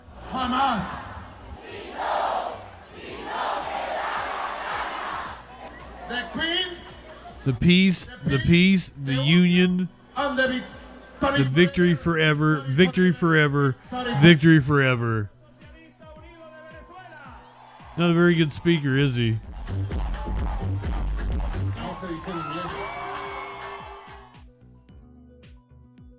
What a hell, that's a hell of a dance. Hold on, I think I got more of it. Do you want to watch more? Let's watch Maduro do more dance. I mean, it's better than Trump's dance. I'll give him. I think that's better moves than the double dick. What do you guys think?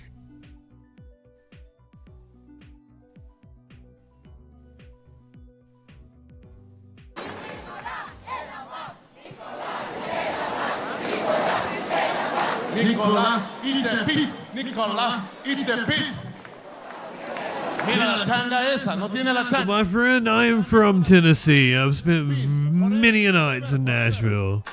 Decirle al pueblo de Estados Unidos.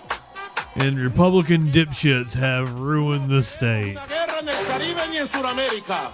No. Not war. Just peace. No a la guerra. Literally the only good parts about the state are the blue parts. No. ¿Cómo se dice en inglés? Please, please, please. Yes, peace. Listen to me. Yes, peace. Peace forever. Peace forever. Peace forever. Is this his song? Esto se llama. This is called Lenguaje. Tarzan language. Brother, like, look at where it ranks for education, access to healthcare, infant mortality. How is the state good? Crime. Tennessee is one of the highest violent crime rates. The People Bolivarian Republic.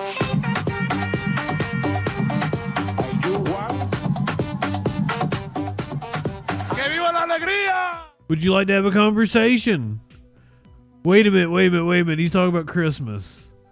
The man's talking about Christmas. Long live joy. ¡Que viva la alegría! ¡Que viva la Navidad! Long live Christmas.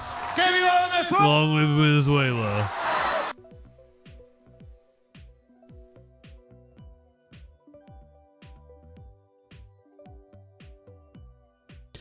No, my friend, no. What you don't realize is that the violent crime rate is higher in the rural areas than it is in the cities. Of course, crime overall is going to be more where you have more people. Right-wingers are really stupid and don't understand like population density and shit like that. Would you like to call in or hop in the Discord and have a conversation with me? Fellow Tennessean.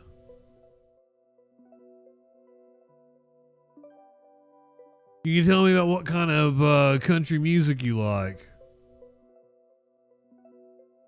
'Cause if you tell me it's Morgan Wallen, go look it the fuck up.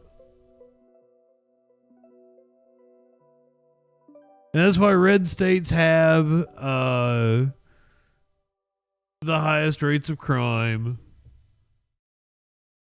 Fucking Louisiana, Missouri, Alabama, Tennessee. Those are the states with the highest violent crime rate. To my surprise, in the statistics, like Florida, not a particularly crime-ridden state, despite the stereotype of Florida man.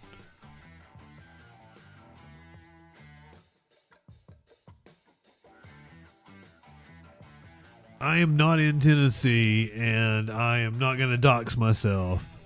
But you're welcome to call in. You're welcome to hop in the Discord. I have people that would really like to do me harm, so do my best not to give away my location.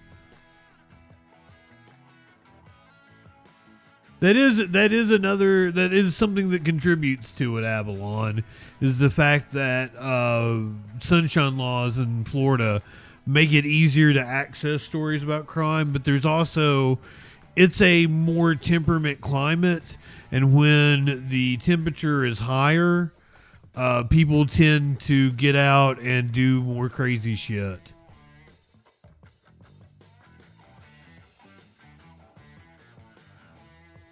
That's why murder rates go up when ice cream sales go up, but ice cream doesn't cause murder. It's just one of those correlation doesn't equal causation things.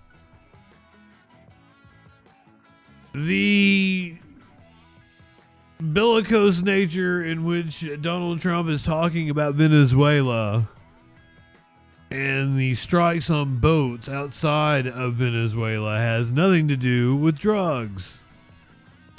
All right, let's go deeper with this story now. We're joined by Reed Brody, who's a war crimes prosecutor and former New York State Assistant Attorney General. Thank you very much for speaking to us on France 24.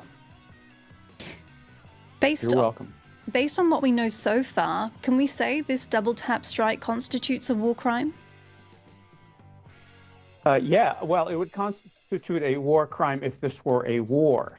In fact, it's not even a war. It's just a crime. Of war don't actually apply here because the United States is not at war with drug dealers. President Trump has taken a metaphor, the war on drugs, and tried to convert it into an actual war. But in whether the wars, if the wars of law were to apply, it would be a war crime. And even if they don't apply, it would be murder. So either way, what we are looking at here is a crime. Even in an armed conflict, targeting shipwrecked individuals is categorically illegal. The United States Defense Department, in its manual, explicitly cites the shooting of shipwrecked persons as an example of a clearly illegal order.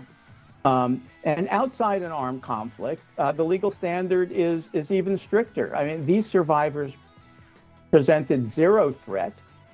Killing them would constitute a homicide under U.S. federal law, and under international human rights law, it would be the arbitrary death you would think of life. And so whether or not, I mean, there's a lot of dispute, as you've reported over the last day or two.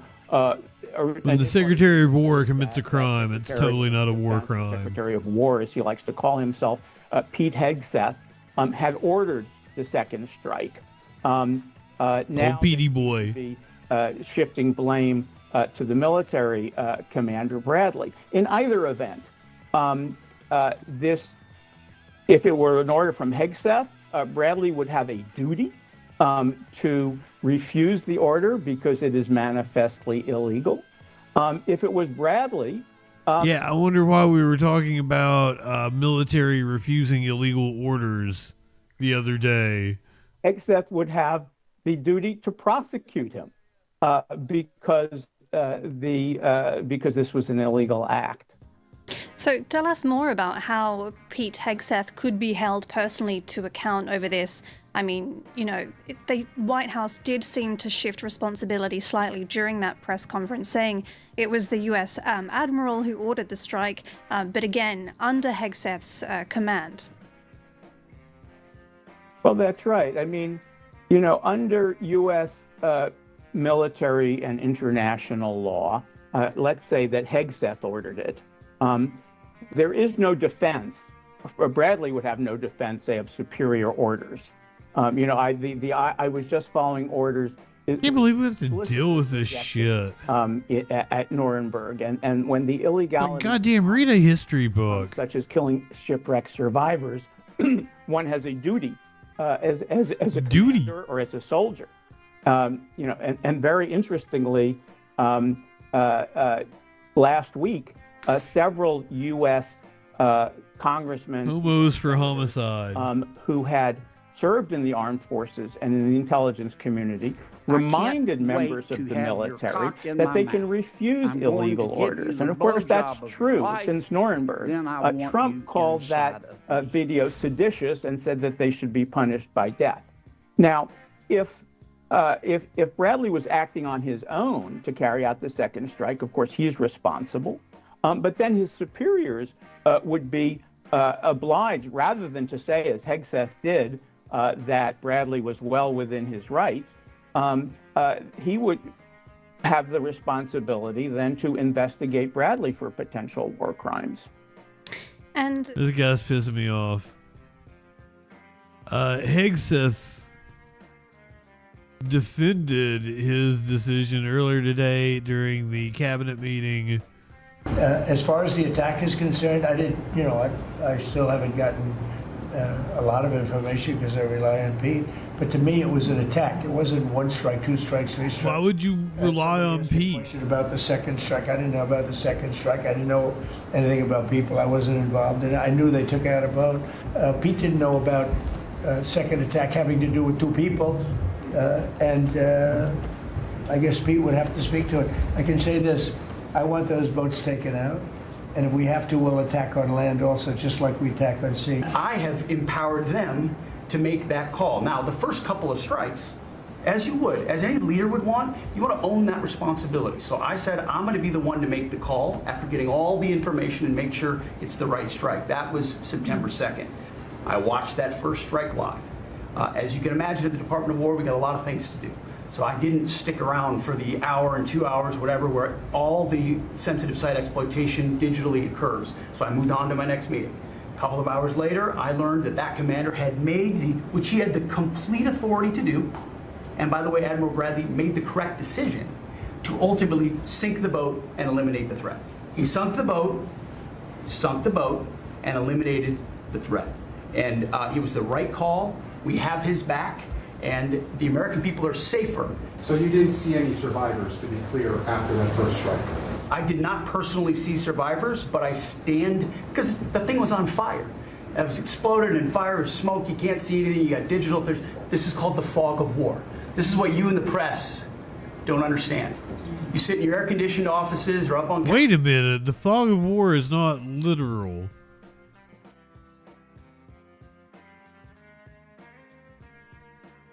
That's not what the phrase means, but okay. Capitol Hill, and you nitpick and you plant fake stories in the Washington Post about kill everybody, phrases on anonymous sources not based in anything, not based in any truth at all. And then you want to throw out really irresponsible terms about American heroes, about the judgment that they made. President Trump has empowered commanders. You're not an American hero. To do what is necessary, which is dark and difficult things in the dead of night on behalf of the American people. We support them. And we will stop the poisoning of the American people. It looked like Trump was fucking asleep. Apparently, this cabinet meeting was goddamn wild, so let's recap it. Here is the explosive moments. And what Biden did to this country by allowing all these people, and I call them animals in many cases, I think they're animals, to come into our country and destroy our country and let all those drugs pour in. 11,888 murderers. Many of them committed more than one murder. He allowed them into our country, totally unvetted, totally unchecked. But he also allowed drugs to come in at record numbers. And hundreds of thousands of people a year died. And we're taking those son of a bitches out, yeah.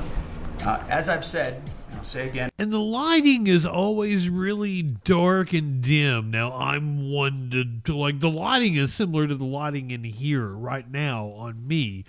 I'm saying I'm one to talk, but I'm not the fucking president. I have a certain mood lighting because I'm sitting here smoking pot, making jokes. I'm not the president giving a press conference in the middle of the goddamn day. We've only just begun striking narco boats and narco terrorists at the bottom of the ocean. This dude needs to go to The Hague. And Joe Biden tried to approach it with kid gloves and allowed him to come across the border. Cartels take over community, 20 million people, hundreds of thousands of Americans poisoned. And President Trump said, no, we're taking the gloves off.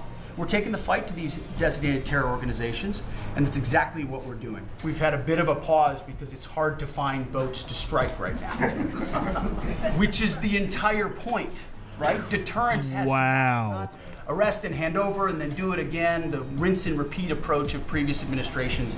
These people have killed over 200,000 people, actually killed over 200,000 people last year, and those numbers are down. Those numbers are down. They're way down. And they're down because we're doing these... Your enthusiasm is down. ...strikes on land, too. You know, the land is much easier. It's much easier. And we know the routes they take. We know everything about them. We know where they live.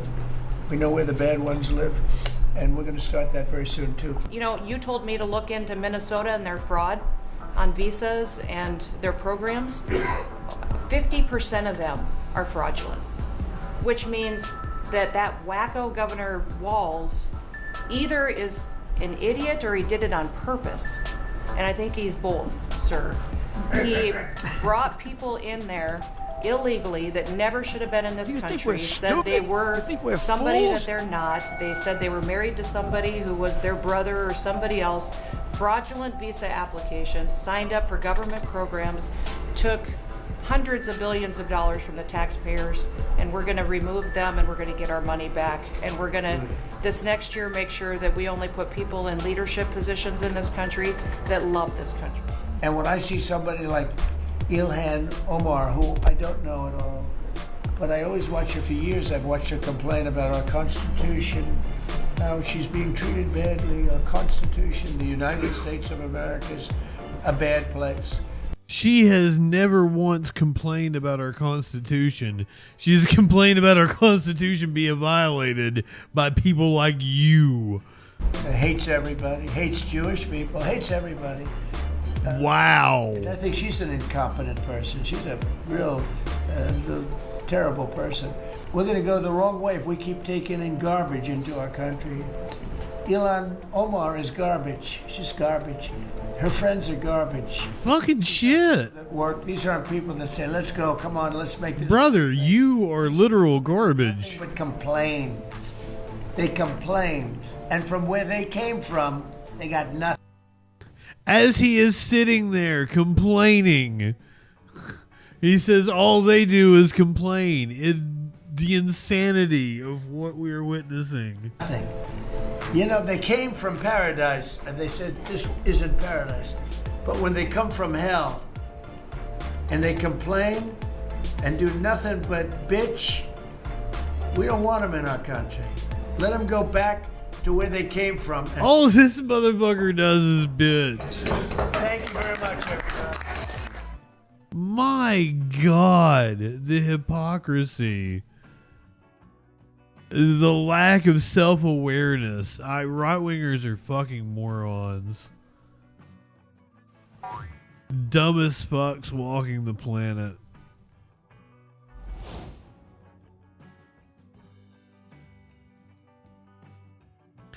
Of course, they're attacking Minnesota politicians because they're getting ready to launch their assault on Minneapolis. A U.S. official says that ICE is planning a surge of agents to the Twin Cities. And sources tell the Associated Press Somali immigrants are the target of the operation. Twin Cities leaders addressed this reported operation this afternoon, and our Connor White was there. Connor? Right. The AP reports that enforcement operation will focus on Somali immigrants living unlawfully here. The expectation. I think you're a bitch, DJ Dub. Twin Cities leaders offered a show of support for the Somali community, and the mayor of Minneapolis says he believes ICE will break the law and sweep up American citizens. Targeting because they have people means that due process will be violated. Mistakes will be made.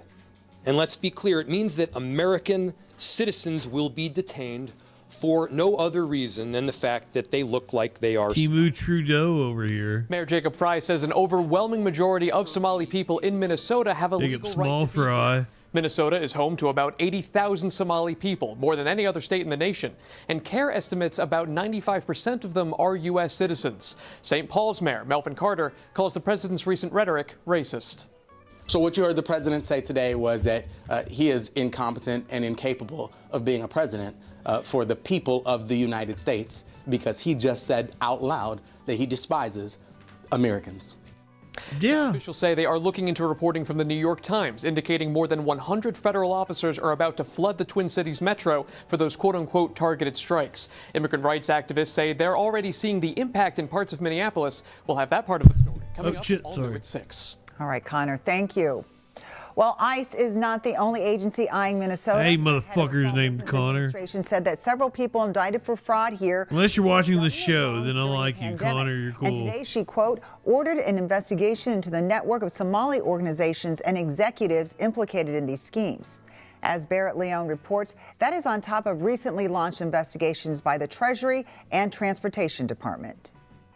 Treasury Secretary Scott Bessent is pointing. Okay, so immigrant is a correct. You can be an immigrant and a citizen. But yeah, because they showed the statistic.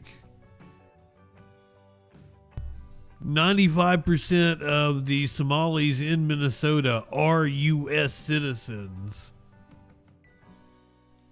So when you are talking about Somalis in Minnesota, you are talking about overwhelmingly U.S. citizens.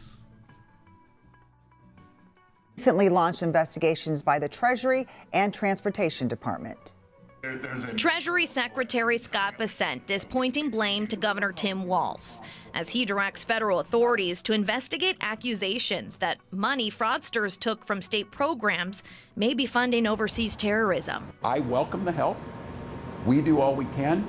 DPS is on this. It's a probe called for welcome in. Republicans, Thank you for the and the resub. governor welcomes it with caution. I don't think anybody in here really believes their motive and their timing is about actually doing something about this. The news broke the same day that Transportation Secretary Sean Duffy threatened to withhold millions in federal funds if the state didn't revoke commercial driver's licenses the department says are illegally obtained by non-citizens. We follow the laws we always have.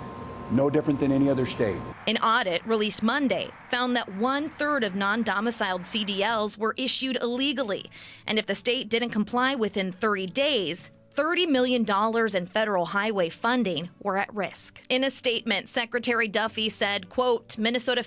Okay, I disagree with you that like it's a bias. I think they feel that they properly represented the story. You know, I showed you the statistic that they put up on screen. The reason why you feel they're biased is because they're not tackling the obvious that most of the people that are watching them are stupid and think they're talking. When they say immigrant, they think illegal because the GOP has so thoroughly poisoned the well with illegal immigrant. Like the two words go together. So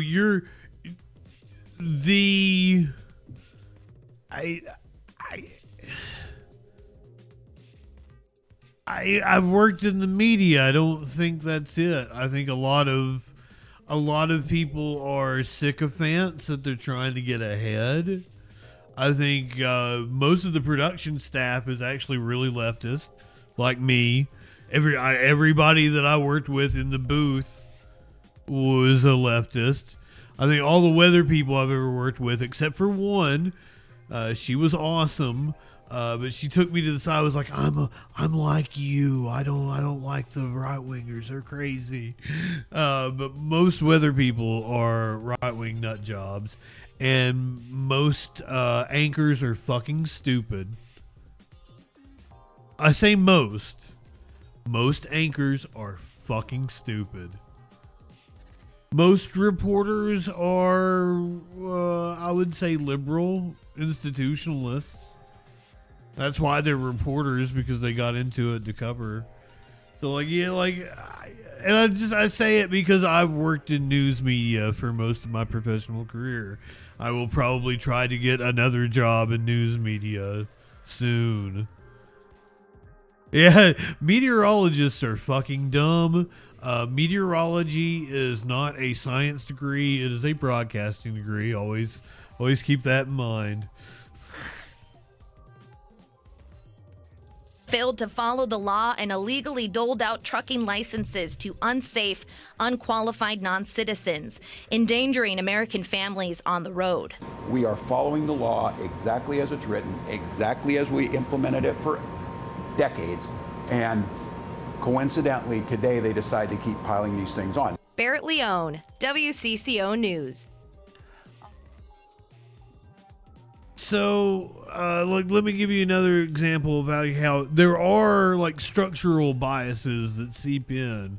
So the news is really bad about quoting the police as an authoritative source, and it's because you can quote the police as, because they should be an authoritative source on things, but like news stations will just read a police press release, reword it, and use that as a news story, and cops fucking lie. I learned this firsthand, but it's something I'm guilty of. I did it myself, even though I was a leftist working at a radio station, just because like it's easy content. You're really busy.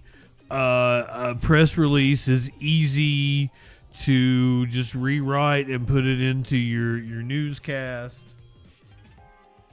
And it's a form of bias, but it's not like an implicit bias where there's someone like, we're plotting to do this. And it's a bias that's manufactured by the system that we live in. So I agree with you guys. That's why I didn't want to sound like I was arguing or like trying to take you to task or anything, because I absolutely agree with you guys. But I wanted to be like clear about what it is, if that makes sense. I appreciate the insight. Did you hear about the brothers? And I don't know if I believe this story.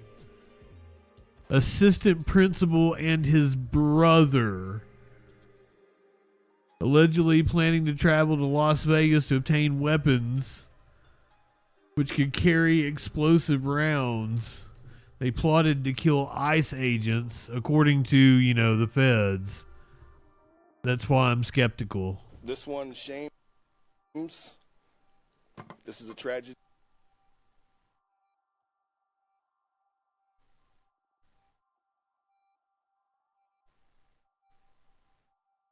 Wait, isn't this the dude that... Yeah, that's the sex trafficking sting. That's not the high school principal. We watched this the other day. I gotta read it. I'm sorry. An assistant high school principal and his brother have been arrested after allegedly plotting to kill police officers and ICE agents in Las Vegas, according to federal officials. John and Mark Bennett were taken into custody by authorities after a police officer overheard them speaking about the scheme on November 17th. A statement released by the Department of Homeland Security said that Mark Bennett had been planning to purchase firearms with explosive rounds to carry out the attacks.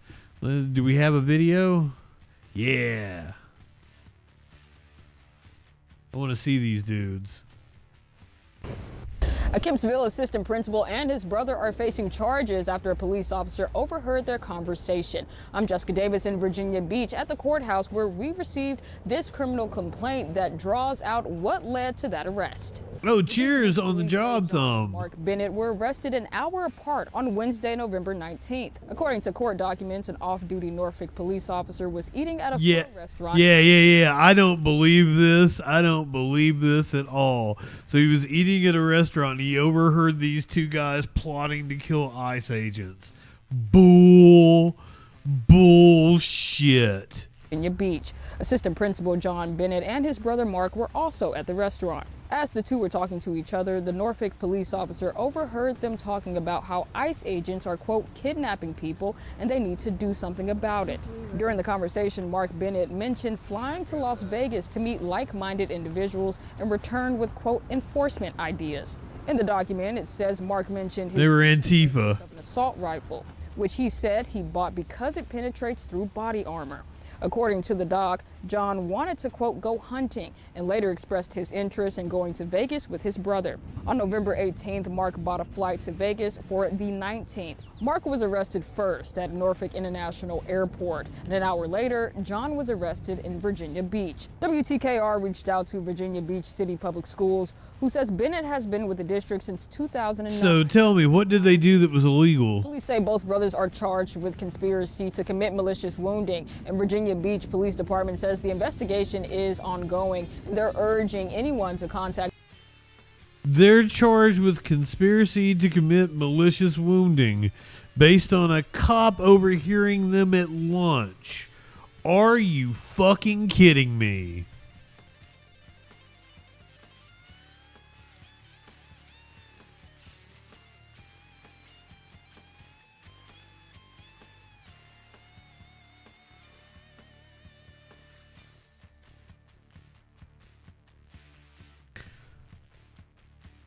ICE agents are demanding 25 feet from people who are trying to film them. But there's a problem with that. That's not what the law says. Yeah, that's right, Charisse. At one point in that video, I'm not Charisse. A Gretna police officer telling the man filming that there's a 25-foot zone, but we double-checked, and Louisiana's 25-foot buffer law never took effect. A federal judge blocked it earlier this year, ruling it unconstitutional. We have a 25-foot zone. Back up. In the video, Gretna officers did it with one in a plaid shirt there and a tactical vest, breaks away from the arrest, stumbles, then appears to push the man filming, insisting that there's a, quote, 25-foot zone. The man filming tells the officer he's allowed to record, then calls the agents absolute fascists. The officer then, well, I mean, they are fascists. Then grabs zip ties and confronts him again inside the store before ultimately backing off. Scott Sternberg represented the media groups, including our station, that successfully challenged the buffer law. The law was written in such a way that, you know, the common person, the average person, the smartest person couldn't figure out what was illegal and what was legal. And, you know, 25 feet from an officer could be a balcony on Merman Street, right? Or it could be someone who's interfering with an arrest. It could be things that we want to stop and also things that are not illegal. Now, Gretna Deputy Police Chief Jason DeMarco tells me he's reviewing the officer's conduct. He says the department has already... Well, the officer behaved unprofessionally, of course. DeMarco also says the officer told him he wasn't trying to enforce that law, but believed the man that was filming was being an agitator, and that he had no intention at that point of making an arrest. Charisse? All right, David, thank you so much for that update. Now, being an agitator. Last I checked, this is America, pal. You can be an agitator. I've made a career out of it. You're exactly right, Avalon. There could be multiple different conversations.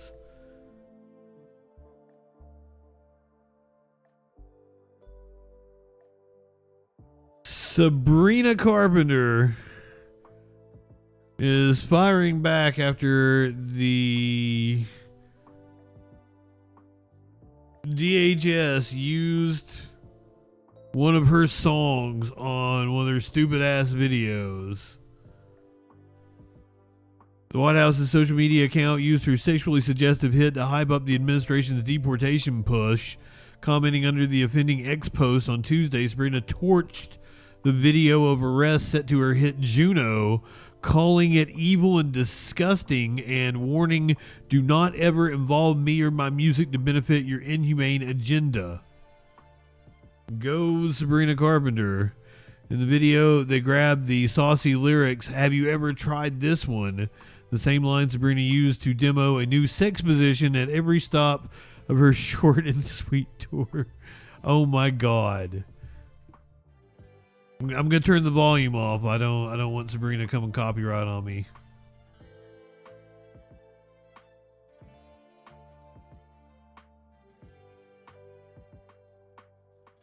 Really?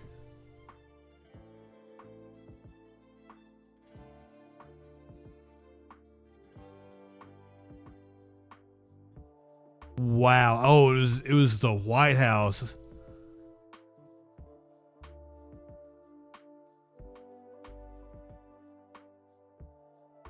Why are you talking about Sabrina Carpenter? What did Sabrina Carpenter ever do to you?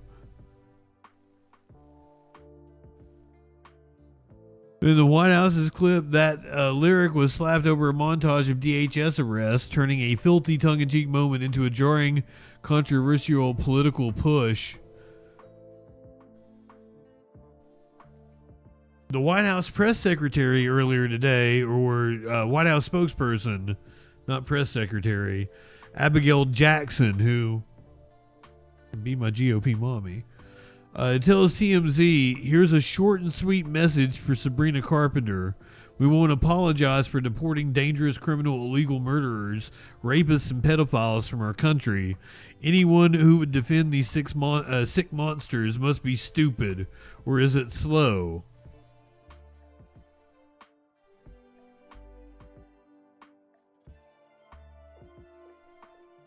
My response to Abigail Jackson would be, if you think we should deport rapists and pedophiles out of the country, I kind of agree with you.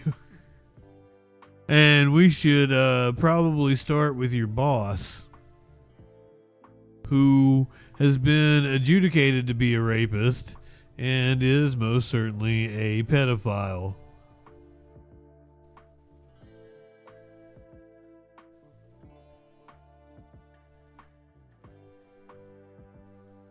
Just saying.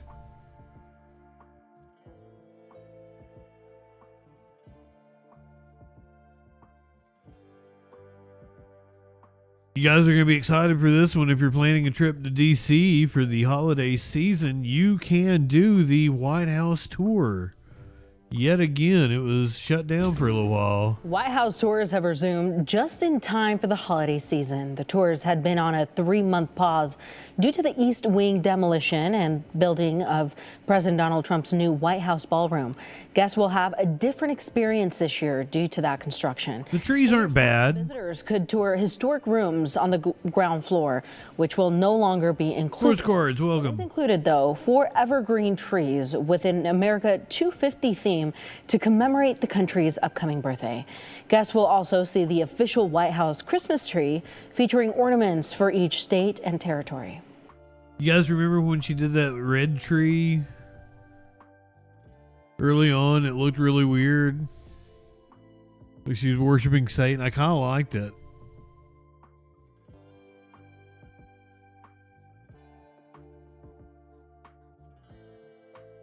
Kash Patel has been flying around on an FBI jet with his girlfriend.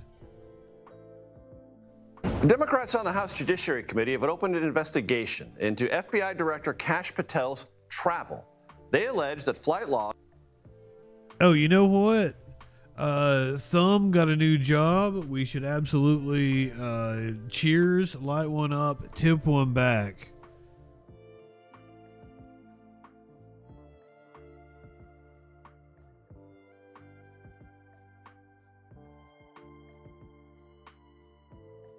I meant to do it earlier. I forgot. I'm sorry. I'm a stoner.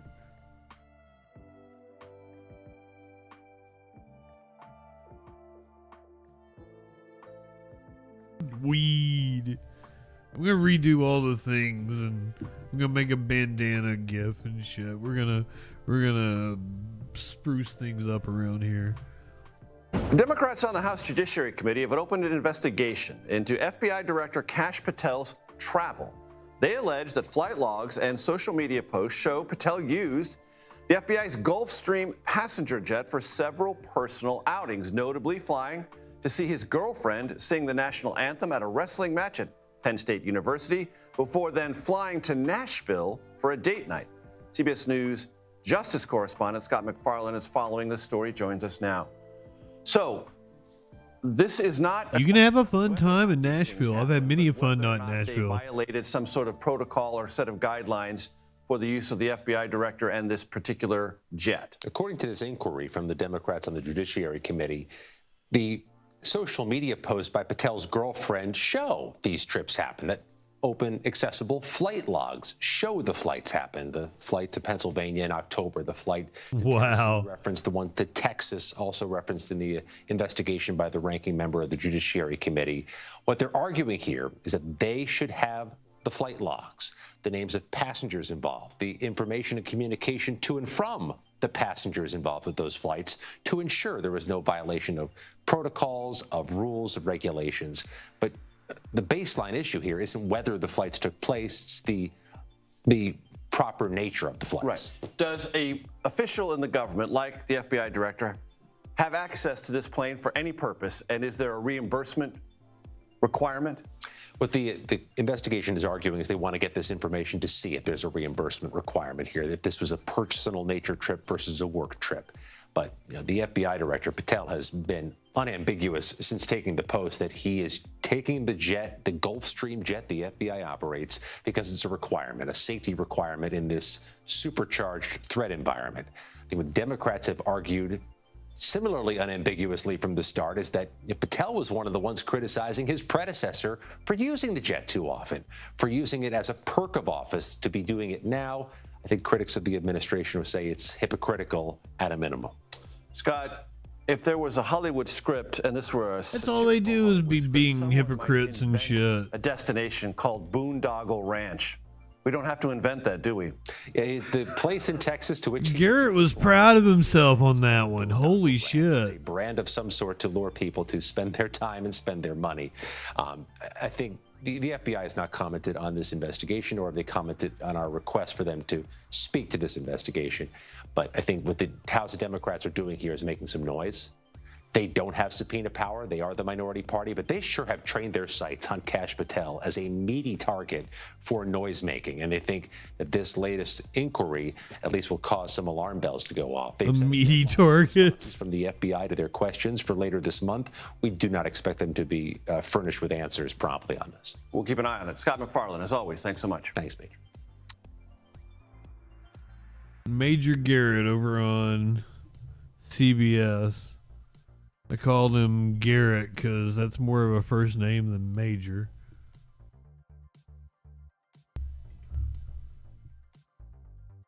Major is not a title for him, though. It is actually his name. Costco is suing over tariffs. Costco suing the federal government. The retail giant is asking for a full refund if the U.S. Supreme Court strikes down President Trump's tariffs. The lawsuit is similar to other suits filed by companies challenging the legality of Trump's tariffs. The Supreme Court's expected to announce its ruling early next year. ABC's Elizabeth Schulze is here with more on all that. So, Elizabeth, what's Costco hoping to gain from this lawsuit? Diane, what Costco wants is money that it's paying for those tariffs. The They want money. Wants a full refund for the tariffs that it's paid under this act that's been imposed by President Trump. The International Emergency Economic Powers Act, IEEPA has been what it's called. And of course, we heard arguments earlier this fall in the Supreme Court under whether President Trump has the authority legally to impose tariffs under that act. So what Costco is saying is it wants to get money back once that decision is made, which we, as you say, do expect early next year. But keep in mind, Costco is one of several retailers that has done this. Retailers are saying that the president does not have the authority to impose these tariffs, that it's Congress's job to put them in the first place. We don't know in this filing, Diana, exactly how much Costco has paid in tariffs, but you would imagine it's a pretty significant amount if they're putting this lawsuit out there. We do know that the government has collected at least $90 billion in tariff revenues under this act so far this year, and that's money that it would need to go back to companies, essentially try to figure out how to get that money back to companies that have paid them. The money is still being collected at this point, and Costco did say in this filing that is expected to make a payment to Customs and Border Protection later this month. And Elizabeth, how is the Trump administration responding to this? You know, what the Trump administration is saying, Diane, is that this shows how necessary these tariffs are. They point to the revenue that's coming in from tariffs, and they say this is proof that it's working to try to raise money for the federal government. And this is an argument we've heard President Trump regularly talk about how much money tariffs are bringing in. He often does inflate those numbers, talking about trillions of dollars when really we're looking at... He inflates a lot of things. At least so far this year. At an annual rate, it could continue to go up, especially with a lot of those tariffs still in place. But the White House has stood firm, saying that the president does have the authority to impose those tariffs. They say they have a sound legal case here. Really, what it's all going to come down to, Diane, is the decision by the Supreme Court. Agriculture Secretary Brooke Collins. I believe this happened in the cabinet meeting earlier today. Yeah, this was the cabinet meeting earlier today.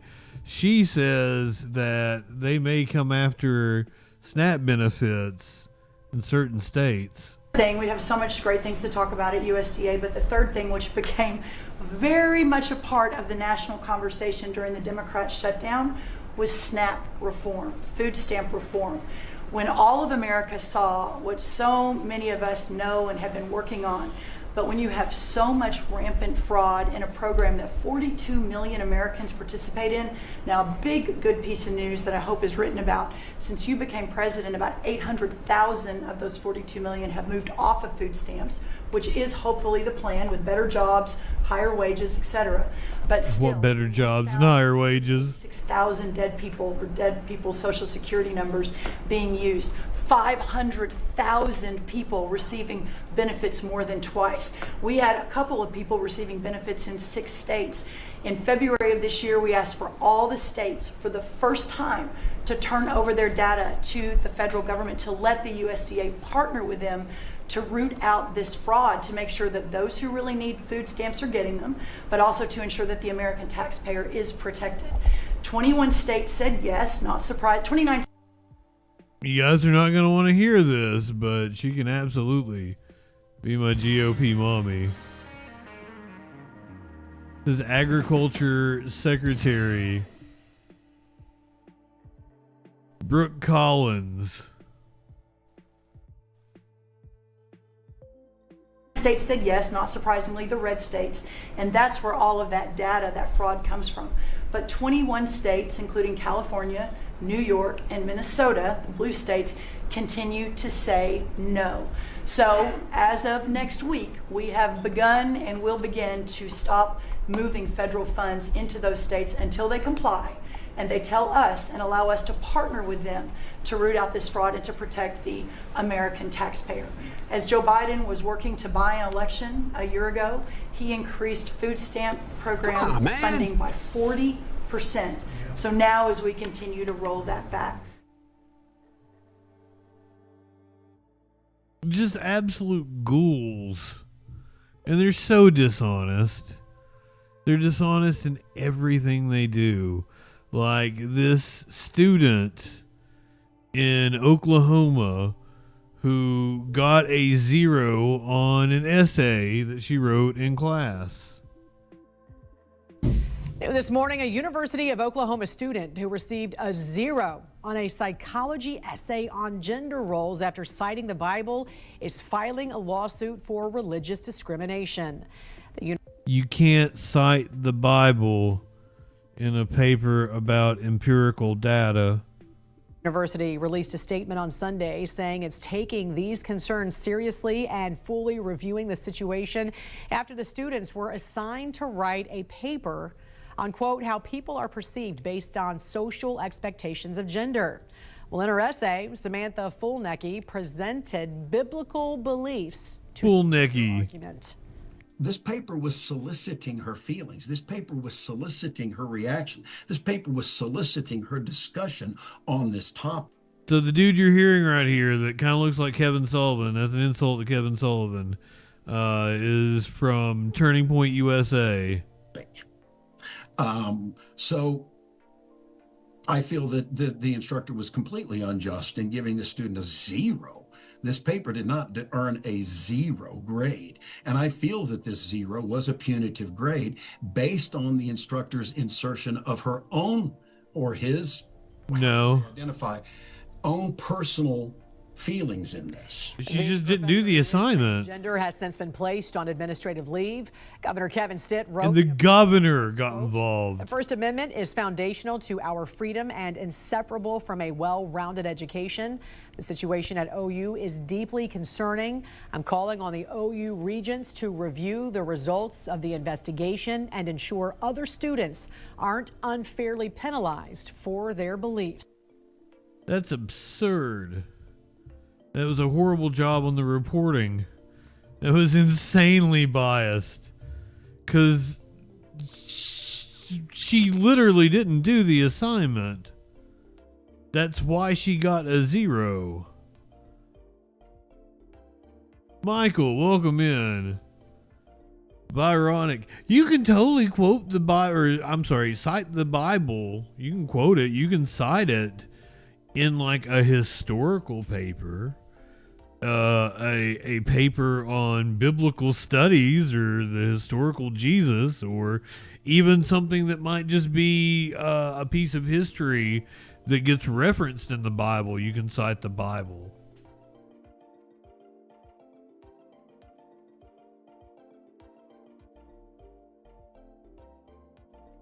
Yeah, but like, you can't use it as a. And I didn't see the whole thing. I read the article. But like, as Flash said, I think clinically said, like, vaguely referenced the Bible. Didn't even really cite the Bible at all. Just wanted to play victim. Just wanted to feed into that culture war bullshit.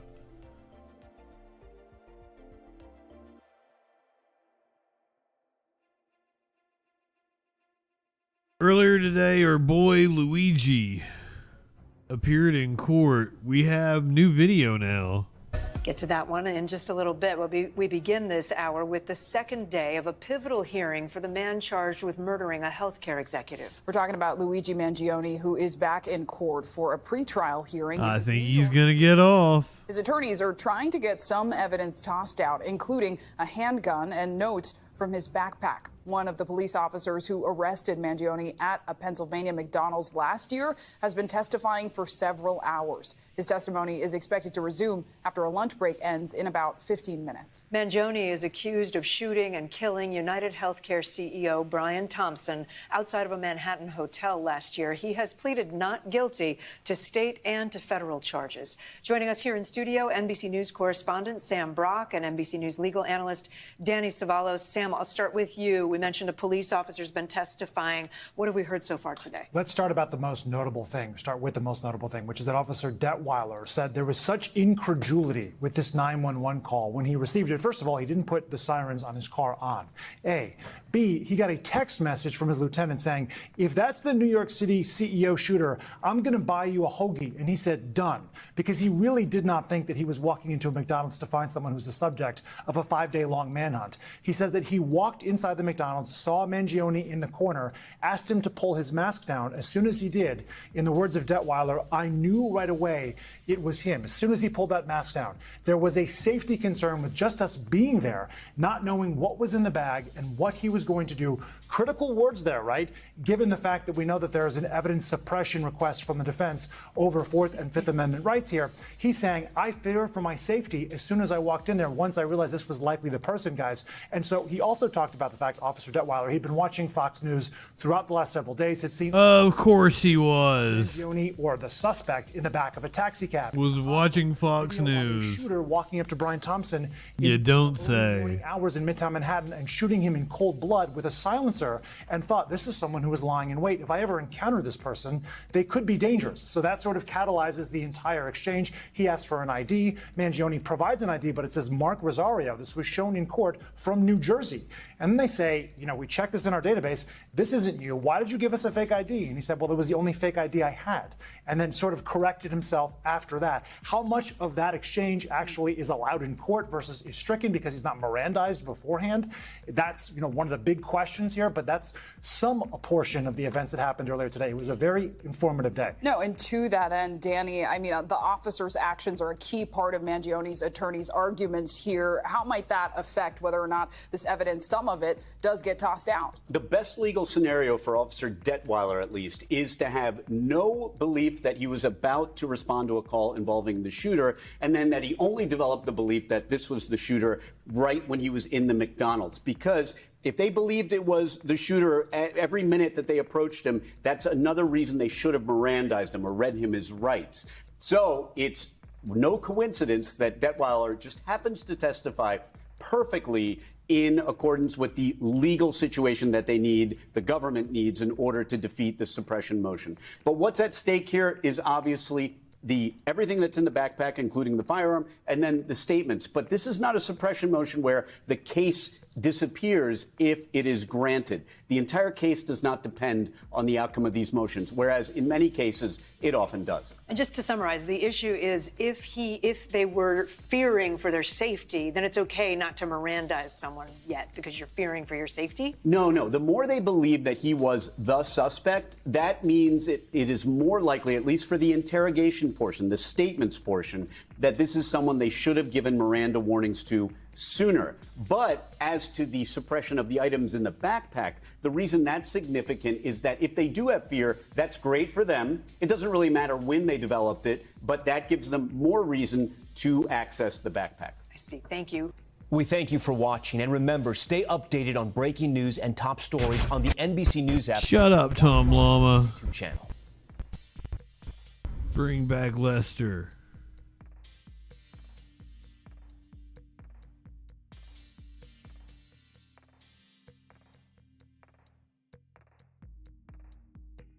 We're in the crime portion of the show, in case you can't tell.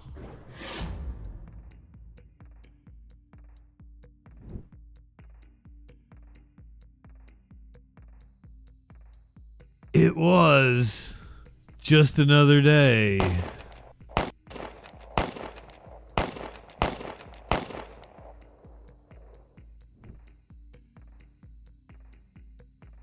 Let's try that again. There we go.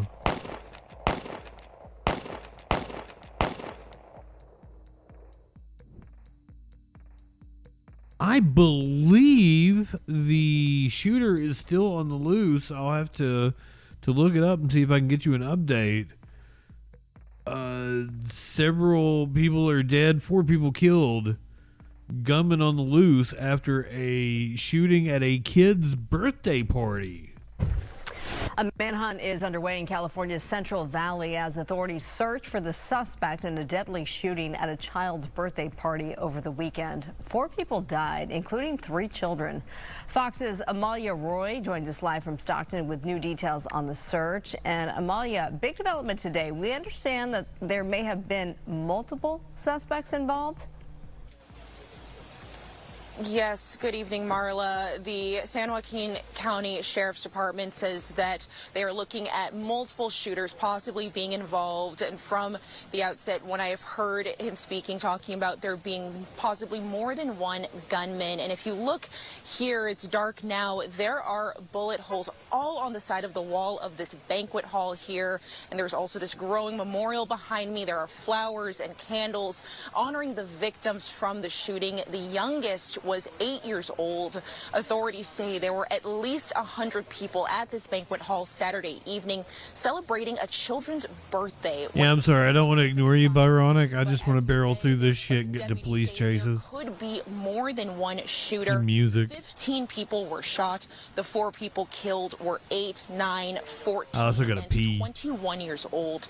Neighbors say it felt All like the youngins. fire lasted at least a minute. Then came the screams and cries for help. The San Joaquin County Sheriff says they believe this was a targeted attack. Now he's asking for the community's help finding whoever's responsible. Walked in and shot children at a children's birthday party.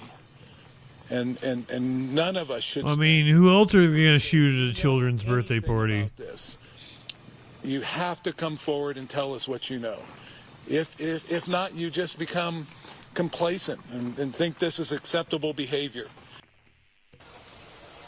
One victim remains in critical condition. Authorities are offering a $25,000 reward for any information that leads to an arrest. In Stockton, California, Amalia Roy, Fox 11 News. Amalia, as you pointed out, it's very dark, so it's hard to get a look at the bullet holes or the memorial scene behind you. Can you sort of paint a picture for us? Has it grown, the memorial, throughout the day, for instance? Yes, around the time the afternoon hit, you know, when people are coming off of work, I saw people coming by and leaving flowers. I did see a lot of adults bringing their children along and leaving. I've seen teddy bears. I've seen candles that are lit behind me. I wish that you could see them now. And when I first got here around noon, what first struck me was seeing the bullet holes on the side of the wall, because they're all individually marked off with a bit of white tape. And so you can really see the magnitude of what happened here, especially knowing that it was a children's birthday party. Are we seeing those bullet holes and the markings over your left shoulder? If you look my left shoulder, you were to see over my left shoulder, left is best. Yes, okay. And it is throughout the entire wall. Wow. And even if it weren't for the white marks, you would be able to tell. But especially they're very stark against the wall. And as I said, that memorial, it started off, it was what told me even that I was first in the right location. Oh, shut up. So they don't have the shooter in custody, but they do have someone in custody. He was apparently a witness, and he gave a jailhouse interview. This is from just a couple hours ago. Tonight we are now hearing from a man who attended that party. He says he saw everything that happened when the shooting went down. He, along with another man, were arrested for parole violations. To be clear, they are not considered suspects in the mass shooting. KCRA 3's Anahita Jafari sat down with one of those men, and we do want to warn you, some of these details are hard to hear. 25-year-old Billy Williams sits in the San Joaquin County jail. Billy Willie. About my name, and want to talk about what happened. I want to talk about your name, Billy Willie.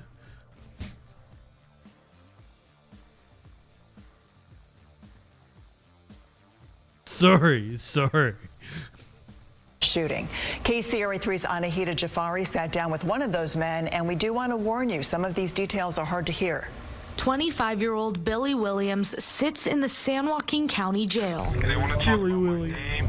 They want to talk about what happened. Tell them to talk about who carried the kids, not why they came.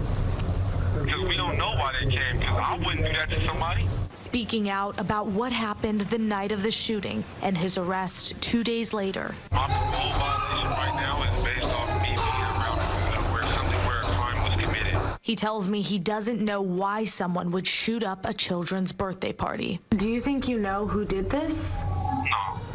Hell no. He says he was... Wait a minute. So they're charging him with parole violation because he was at the scene of a crime where he was the victim of a crime. Jesus Christ. The world we live in. 2 days later. I'm sorry, Billy Willie. Free Billy Willie.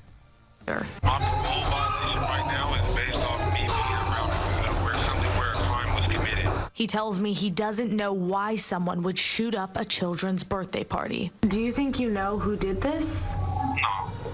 Hell no. He says he was there for his niece's party and thought he heard balloons popping, but really they were gunshots. I just started to run after all the kids that I seen the wall. And I started to carry them, and I noticed that when the police came that they didn't run to the kids. They were like still pointing the guns. He says his back was turned, so he didn't know who was shooting at them. I couldn't believe it because I turned around and I seen the little girl fall. When I seen the little girl fall, I was like, this is like a movie. Williams tells me when police arrived, he says they took a long time to get into the building. I was like, the kids is dying, and they wouldn't listen. In Stockton, I'm Anahita Jafari, KCRA 3 News. Williams told Anahita that all he cares about now is getting out of jail so he can be with his family. He says he has seen the posts on social media, people claiming that he and Luciano Guerrero were the targets of the shooting. But he says if anyone was targeted, he doesn't understand why those attackers would shoot children. Free Billy Willie. A man did nothing wrong. He was just attending a birthday party. Another targeted attack, also in California, left a radiologist and his wife fatally wounded. The whole neighborhood and community is in shock right now. Disbelief after a prominent Simi Valley couple was gunned down in a targeted attack outside their home Sunday around noon. I didn't hear the gunshots. My son did. He was upstairs and the window was open, so he heard the gunshots and then looked out the window and saw the car speeding away, a black little Honda Civic. Longtime friend Michael Hilton was one of several neighbors. Stupid little Honda Civic. Now identified as Dr. Eric Cordes and his wife Vicky. There wasn't a whole lot anybody could do. I think the shooter did what he set out to do very quickly. Simi Valley police now connecting that shooter to a suicide investigation in Chino after police responded to a vehicle fire around 2:30 Sunday. This social media video capturing intense flames and thick black smoke pouring from the car in the parking lot of Ayala Park as onlookers stood by. The vehicle was fully engulfed, and the subject that was found near the vehicle was also burned. But we're unable to substantiate who that suspect is due to the condition of the subject that was located in Chino. Police also recovering a firearm and today saying they're cautious about speculation that the suspect was a stepson of one of the victims. We don't want to misidentify someone, so we're waiting until we get confirmation from the medical examiner to see who that was in that vehicle. As the investigation continues, Dr. Cordes' employer, Adventist Health Simi Valley, released a statement praising his work, saying it was a, quote, highly respected board-certified radiologist and beloved physician who served this community with compassion and excellence for nearly 30 years. Our hearts are with his family, friends, and all who had the privilege of working alongside him as we grieve this shocking loss. He respected people. Super nice guy. He respected Wood. I'm still in shock.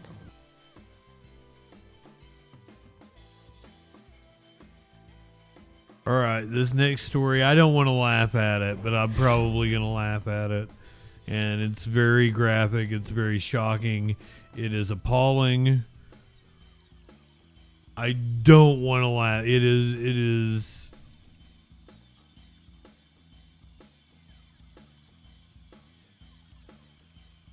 Dude's a creep. I can't help myself because it's about pee. An HR director gave drugged coffee to over 200 women in order to make them pee during interviews. Okay, are you with me here?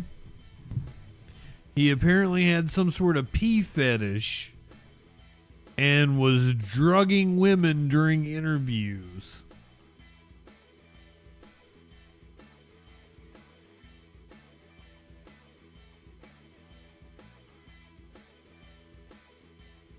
This happened in France. Oh, let's go to the Guardian then. I didn't even know this type of attack existed. In a case echoing the Pellicott trial, dozens of women alleged they were given hot drinks mixed with a diuretic to make them urinate. 3 of them spoke out.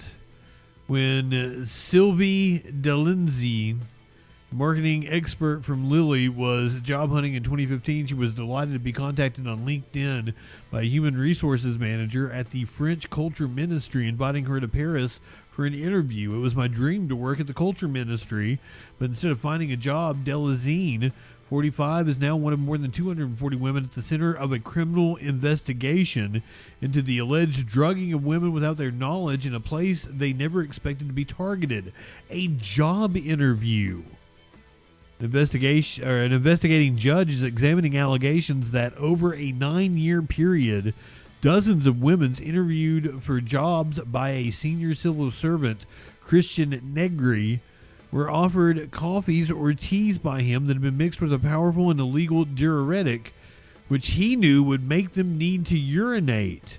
Negri often suggested continuing the interviews outside on lengthy strolls far from toilets, the women say. Many of the women recall struggling with the need to go to the toilet and feeling increasingly ill. Some, in desperation, say they urinated in public or didn't reach a bathroom in time, wetting their clothes. Some felt a sense of shame and failure that has had an impact on their lives. This is insane. At the time, I didn't even know this type of attack existed.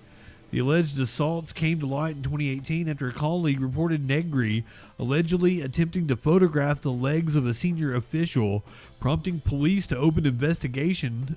Officers found a computer spreadsheet titled Experiments, where he'd allegedly noted the times of druggings and the women's reactions. In 2019, removed from the ministry and civil service, Negri was placed under formal investigation on several charges, ranging from drugging to sexual assault. His lawyer, Vanessa Stein, said he would not comment while the investigation continues. Awaiting trial, Negri has been able to continue working in the private sector. Wow. 6 years on, the case is the latest in France to cast a spotlight on drug-facilitated abuse, known in the country as chemical submission. The term became prominent last year when Giselle Pellicot waived her anonymity in the trial of dozens of men who were found guilty of raping her after she had been drugged unconscious by her ex-husband. But several women in the job interview drugging investigation said that their case was taking too many years to come to trial, only increasing their trauma. Wow.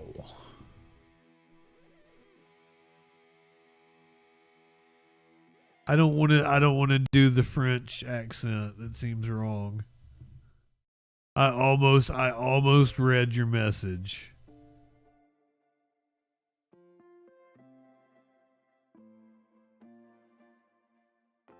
Apparently, Kim Kardashian is a few fries short of a Happy Meal. Shocked to learn she has low activity in her brain. A brain scan discovered holes showing reduced activity in her frontal lobe. I would assume rich people get fucking stupid and rest on their laurels and don't know how to do anything. Just assuming. You ever thought Kim Kardashian was lacking in certain faculties? It turns out that medical science might have proven you right. During a recent episode of The Kardashians, the All's Fair actress visited and Curiouser raved at me about this show, and she's like, oh my god, you have to see it. I watched the first episode and I was like, well, the premise sounded good. Here's the thing, I've already seen the trailer and already know it's apparently a fucking train wreck. It's got a decent cast to it other than Kim Kardashian. The All's Fair actress visited Dr. Daniel Amen for Amen.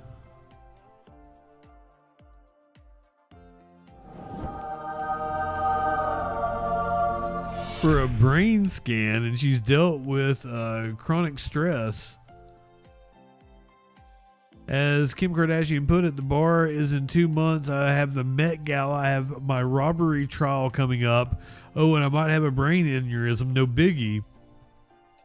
So what did Amen find? Well, a series of holes in her scans, all of which would indicate what he called low activity. Amen went on to say that part of Kardashian's frontal lobe is less active than it should be. I don't know. She's kind of a smart marketer. I wouldn't put it past her to do this as a publicity stunt. I've not seen this video yet, but apparently it has gone viral over Thanksgiving.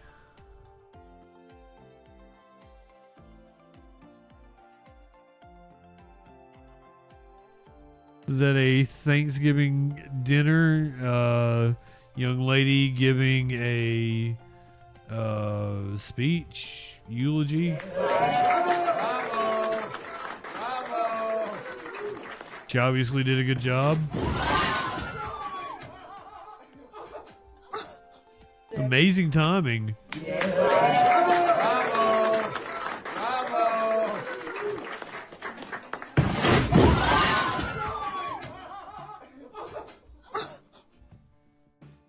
Did she get any food on her?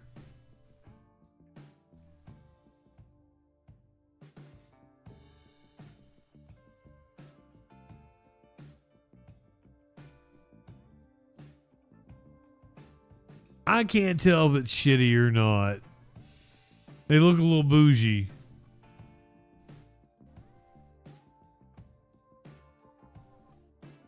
The big ass chandelier. Ain't nobody smoking no pot at this dinner. So I can't imagine it'd be very good.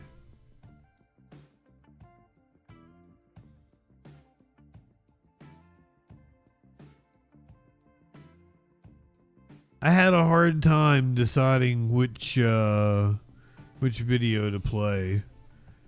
But I guess because this one is the more topical one, I guess.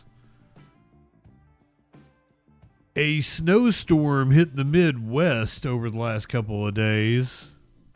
As a cold front moves across the country, here's some animals playing in the snow.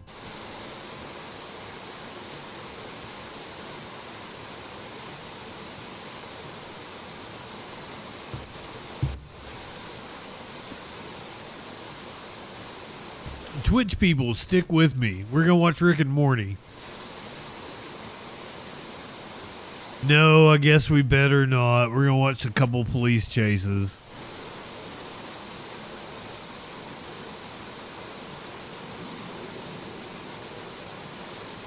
I might create a second channel. And we'll go back to watching TV shows. I don't know. We'll figure it out.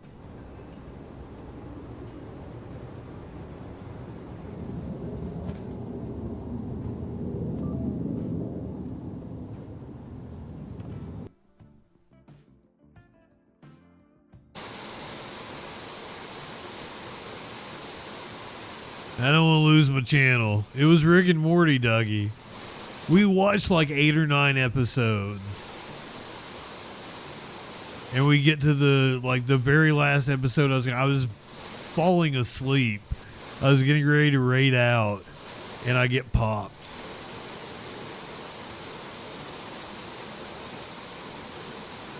We'll still do music though. We'll do music and police chases. I might be more selective.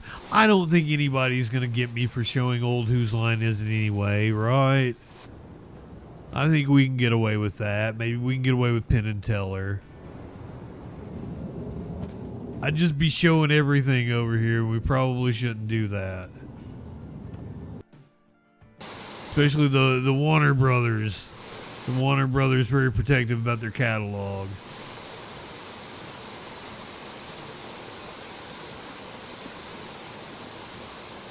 But seriously, I think we'd be good with Whose Line Is It Anyway?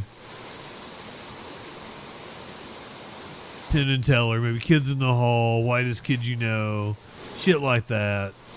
We'll still watch shit on stream.